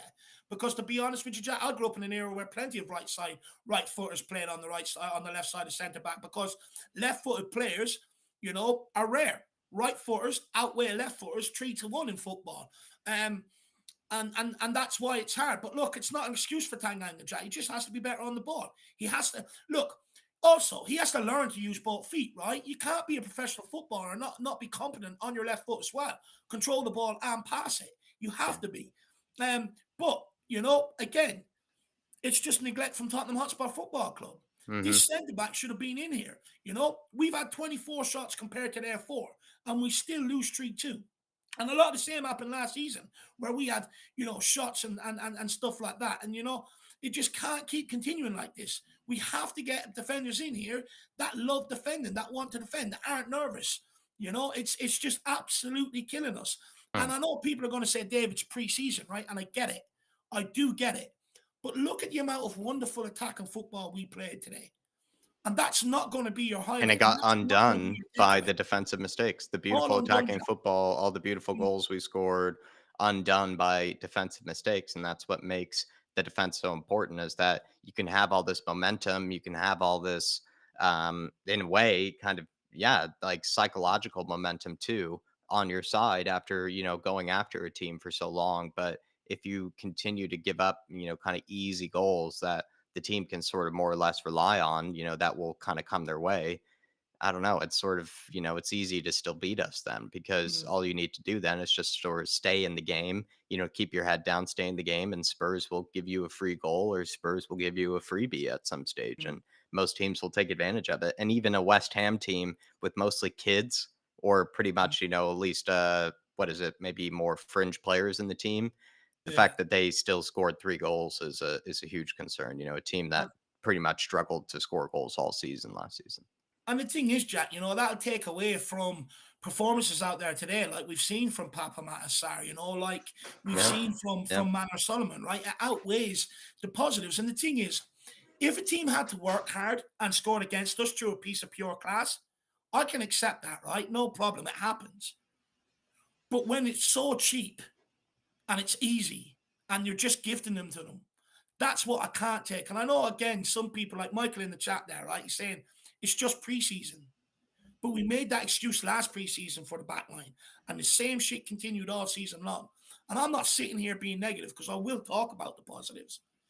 But I think, we can't just keep turning a blind eye to these positions just because we want to be positive. You can still give Ange Postecoglou and his regime a chance while demanding centre backs. And that's what I'm trying to get across to Spurs fans today. You know, don't get me wrong. I enjoyed the football. I enjoyed watching the game more than what I did under Antonio Conte. A lot of positives to take away from today. But the defense is always going to outweigh the good work we do.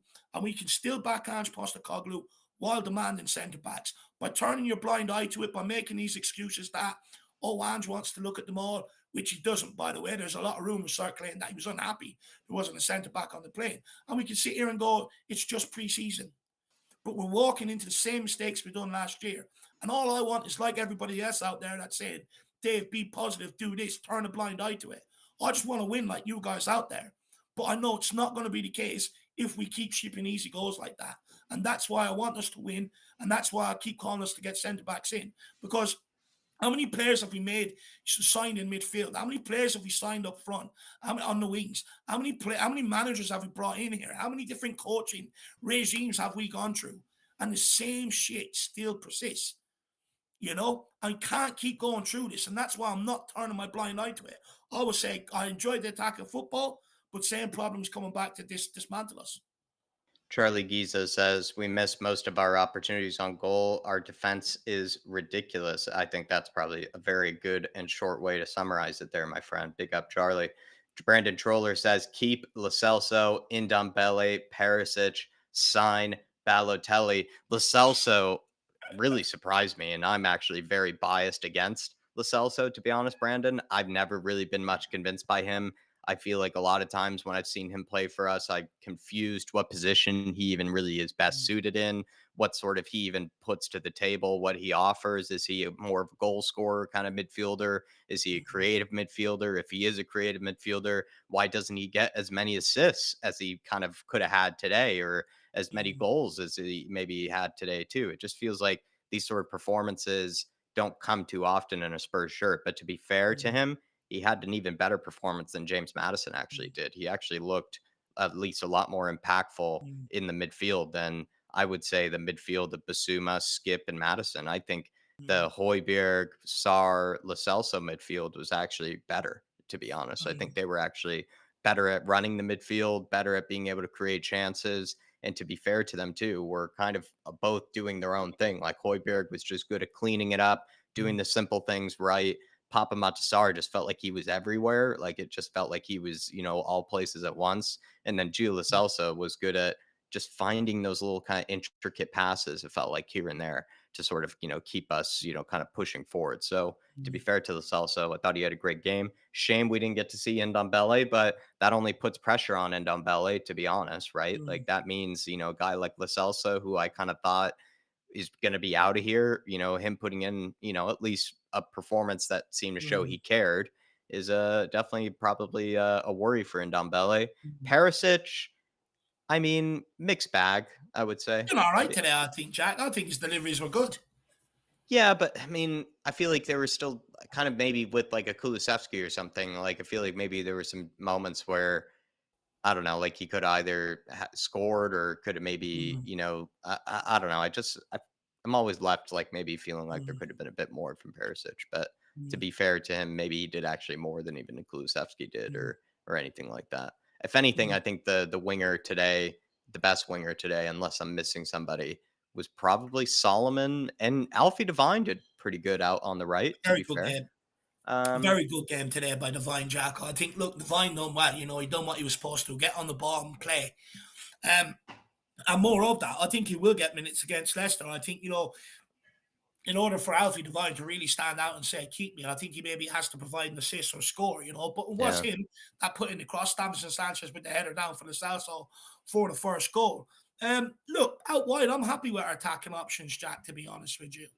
I'm happy with them. And also, just quickly on the Celso, I think he had a good game today. He had a good yeah, game. He's looking to get on the ball play. And it's sort of like, I think he looked to affect the game a bit more than what Madison did. yeah, If you want me to be brutally honest with Madison, he sort of at times let the game sort of pass him by, whereas the Celso was moving around looking to get on the ball. Um, Look, how much of that is down to West Ham sort of, tired, lethargic in the second half because they didn't make the changes we made. You'll never really know. But also, one thing that'll get lost today is Udoji scoring his first goal, Jacko. yeah. Good, I good to totally see that. forgot.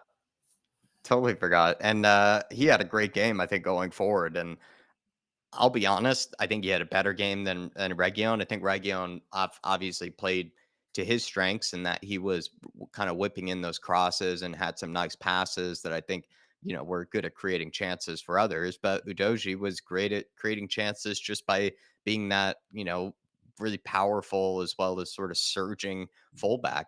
Some of the runs that he's able to make to either make space for others or just, make space for Mm, himself by just, surging past players is very different to what Region does. I would say Region isn't exactly the best ball carrier. Like he's able yeah, to sort of, run with the ball with pace, but he's not yeah. really able to take it past players usually. He sort of resorts more to kind of just a Mm, cross than he does ever try to really take his man on. So mm, Udoji, I'm actually very impressed by. And like you brought mm. up, Dave, he's a lot bigger and taller than actually Yeah, maybe he's he a looks big to be boy. on camera or anything like that. In fact, him in that Spurs kit, he looked like a pretty massive fullback. And if Mm, he develops that defensive side to his game, he has a lot of mm. attributes that would make him an amazing fullback. That's What for sure. what I will say today, Jack, off the back of that regular, there's a lot to do. Because Doji looked good. He looked good on the ball.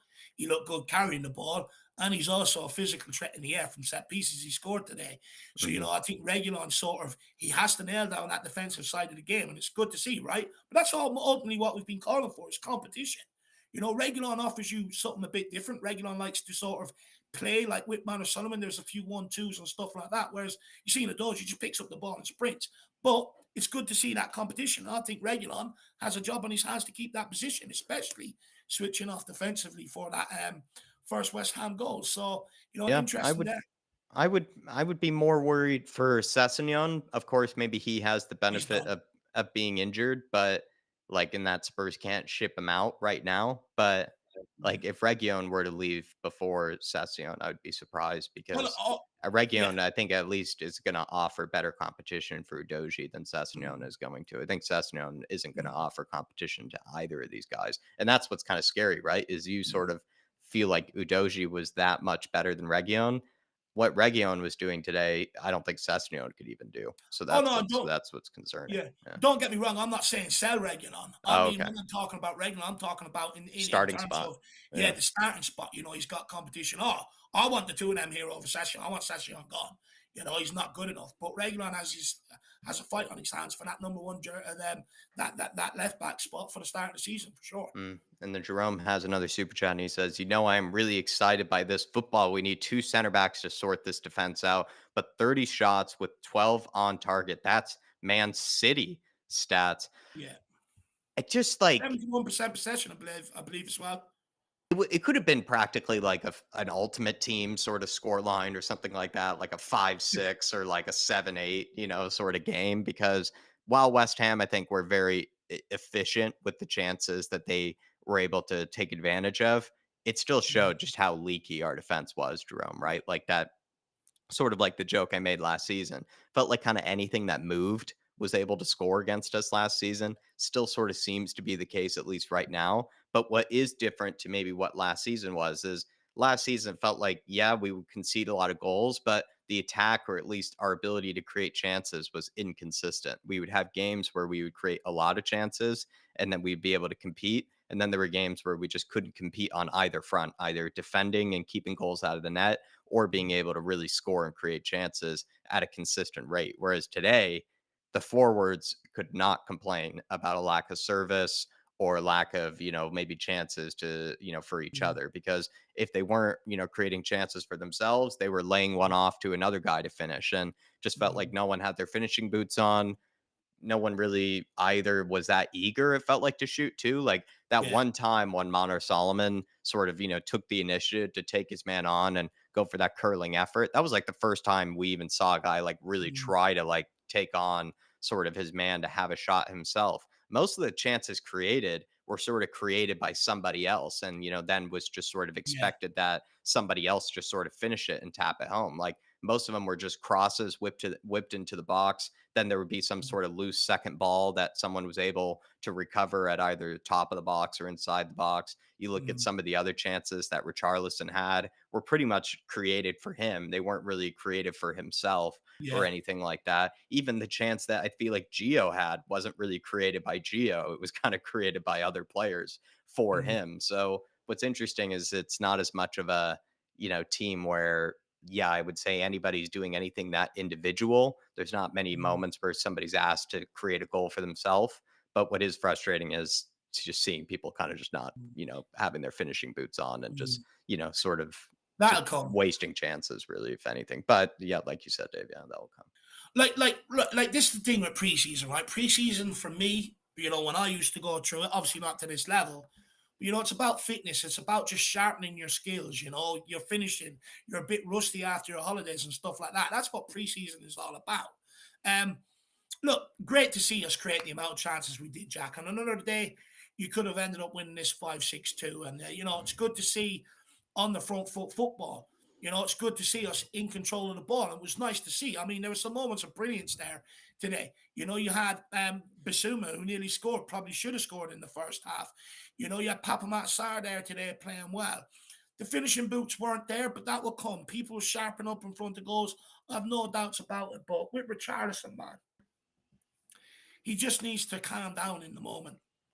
The timing of his runs are too early. His shooting boots aren't quite there because when he gets into the position to score, he's so worried about missing because he wants to score that bad. He ends up shanking a lot of his opportunities. He just needs to calm down. But look, positives today, Jack. Seeing us on the ball, controlling possession, ripping the team, creating as many chances as we did. It's a huge plus because West Ham are a team that sit back. And the last few years against teams that sit back, we've had some problems, right? We haven't opened them up enough. We haven't created enough chances. Yeah, but in like a That was stalemate. there today. That was there today, and that's a huge, huge plus. And it's good to see, Jacko. It's very good to see. Hmm. It bodes well going forward, but unfortunately, Yeah. other issues overshadow that today. Yeah, and there are a lot of new people in the house I just want to say hello to that I think sort of summarize what you said. Patty Harnett says, "Afternoon, gents. We sort this defense and we will have a good season." That's my only take from that game. Peter M, good to see you, big member in the house as well, says, "Hi, Jack and Dave. We played well except for the defense, so no Yeah. surprises." Killian Gubens is in here as well. Good to see you, Killian. Hopefully things are keeping well. Amy Carcetera is in here. First match together, so these guys are still getting used to one another. We also as well have King Dom 24Z said, "Told you be excited about Udoji. He's a good Yeah, player." I think we were already excited about Udoji, but I think he just sort of did some things we didn't expect, sort of like some of the runs that he was able to make. I think we all knew he was a great ball carrier, but yeah. the way he carried that ball just past one, two, three, four players, and then was let down by Richarlison, I think Mm. there. But that was just something we haven't seen in a long time. And as well, I think I'm seeing is somebody else I might have missed. Kamikaze, good to see you, my friend. And then I believe it was William Kelly. There he is. Can somebody tell Sanchez to leave this club?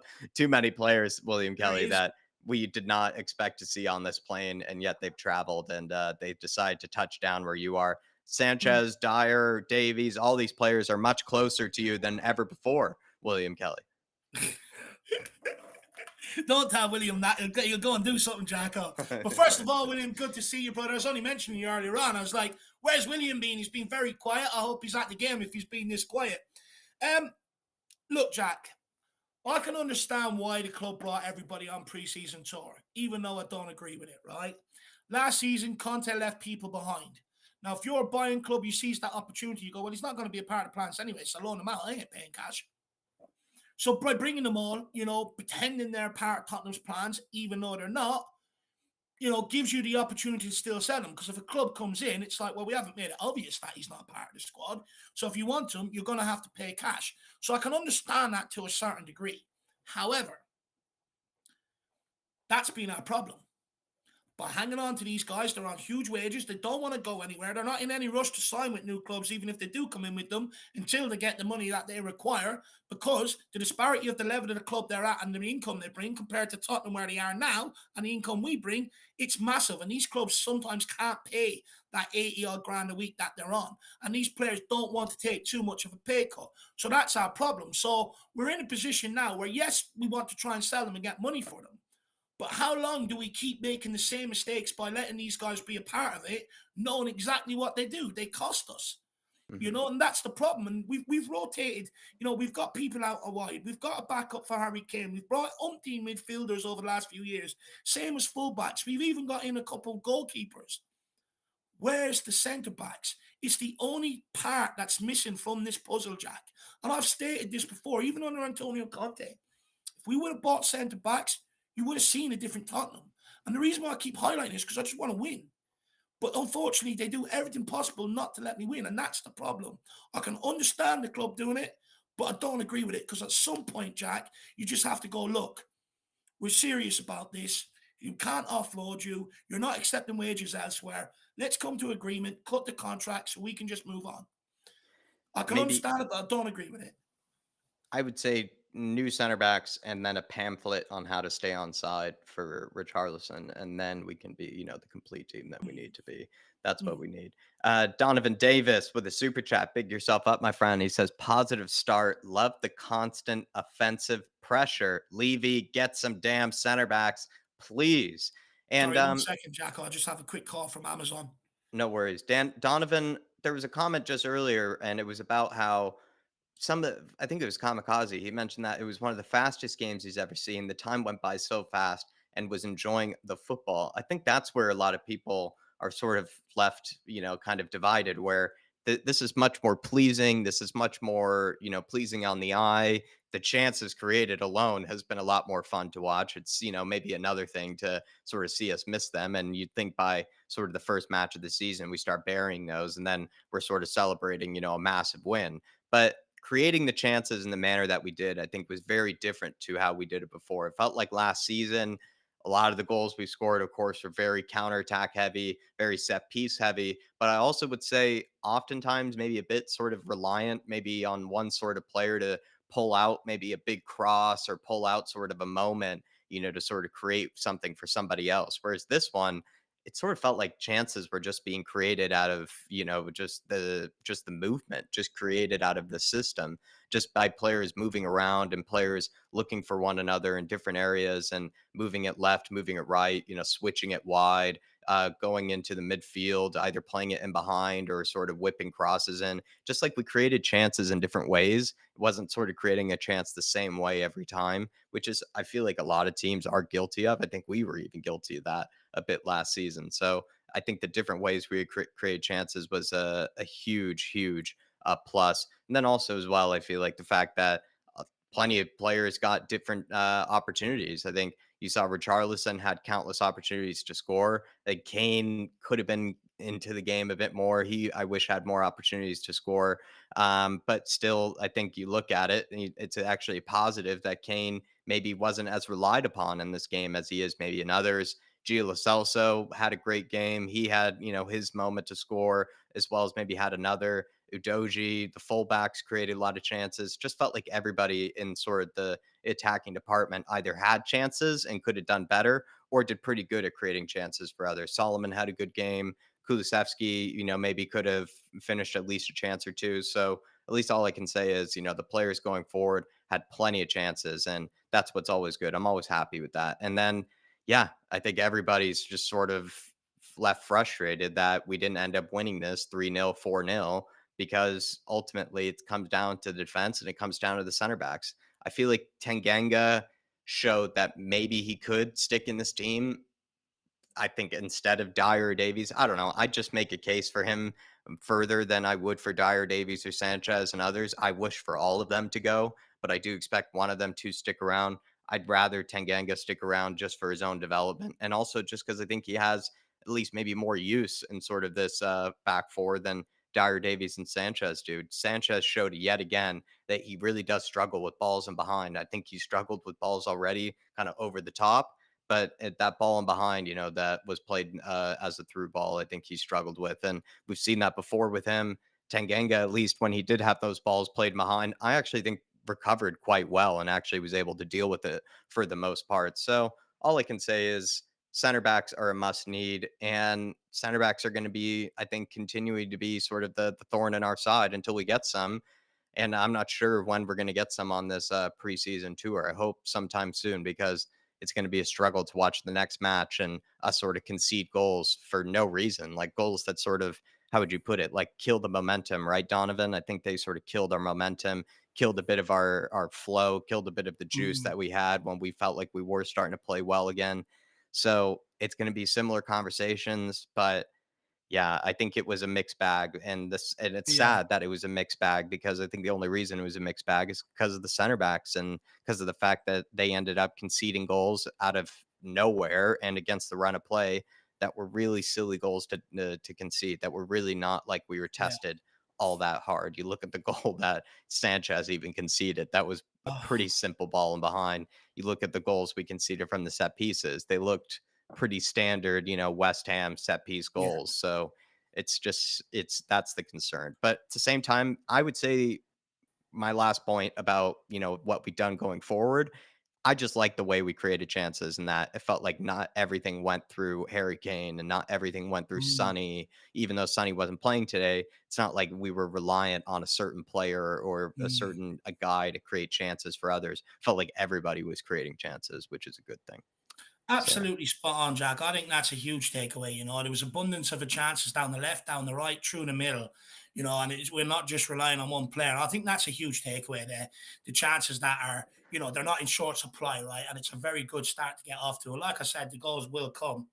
They will come. It's just a shame is, just to continue on to Donovan's point there. If we had centre backs, we would have won that today. We would have got off to a Yeah. win, and the momentum would, and then you carry that right throughout the season. That's the only sort of disappointing thing about it today. Yeah. Well, there will be a Twitter Reacts later, everybody, where we'll take a look at other Mm, people's takes on the game. I imagine there will be a wide range of reactions. Everybody will be on some sort of, state of the plane, with either feeling like they're being reminded of the pain from last season with the center backs. Then there will be some people talking about, I imagine, the main character, of Basuma for next season. Maybe some MO Goat fans will be in there, chatting about him. I'm not too sure, but there will be a Twitter Reacts later, just mm, taking a look at how the rest of the Spurs community have sort of responded to the mm. result, and we'll take a reaction to their reactions. And But if you Dave, see, if you come anything across else? anything, if you come across anything funny, if you come across anything you would like us to react to, or even if you want something you want us to react to, just at the Irish Y on Twitter, and we'll try and include as many as we can. I just want to say a massive thank you to everybody who chose to tune in here today for the watch long, chose to support us today. Your boys really does mean a lot. Plenty more content coming your way today. Stay tuned. Members, make sure you look out for Jack's thoughts. They'll be posted today as well. And I'm also going to try and get out a post-match show as well, where we'll have a few people on, maybe just to talk about the game, so you guys can hear maybe a few different point of views rather than myself. But look, that's it from us, from us for a little while anyway today, Jacko. Yep, it is. It is, Dave. Everybody, hit the like button on the way out, please. Thanks, like Dave mentioned, for choosing us for the watch along today, as well as participating in the chat and getting us started for the preseason. Everybody, hope to see you for the next one. And as always, come on, you Come on, you Spurs! Spurs. In In the and Big Ange, we we trust. trust. See you, everybody. Levy by defenders.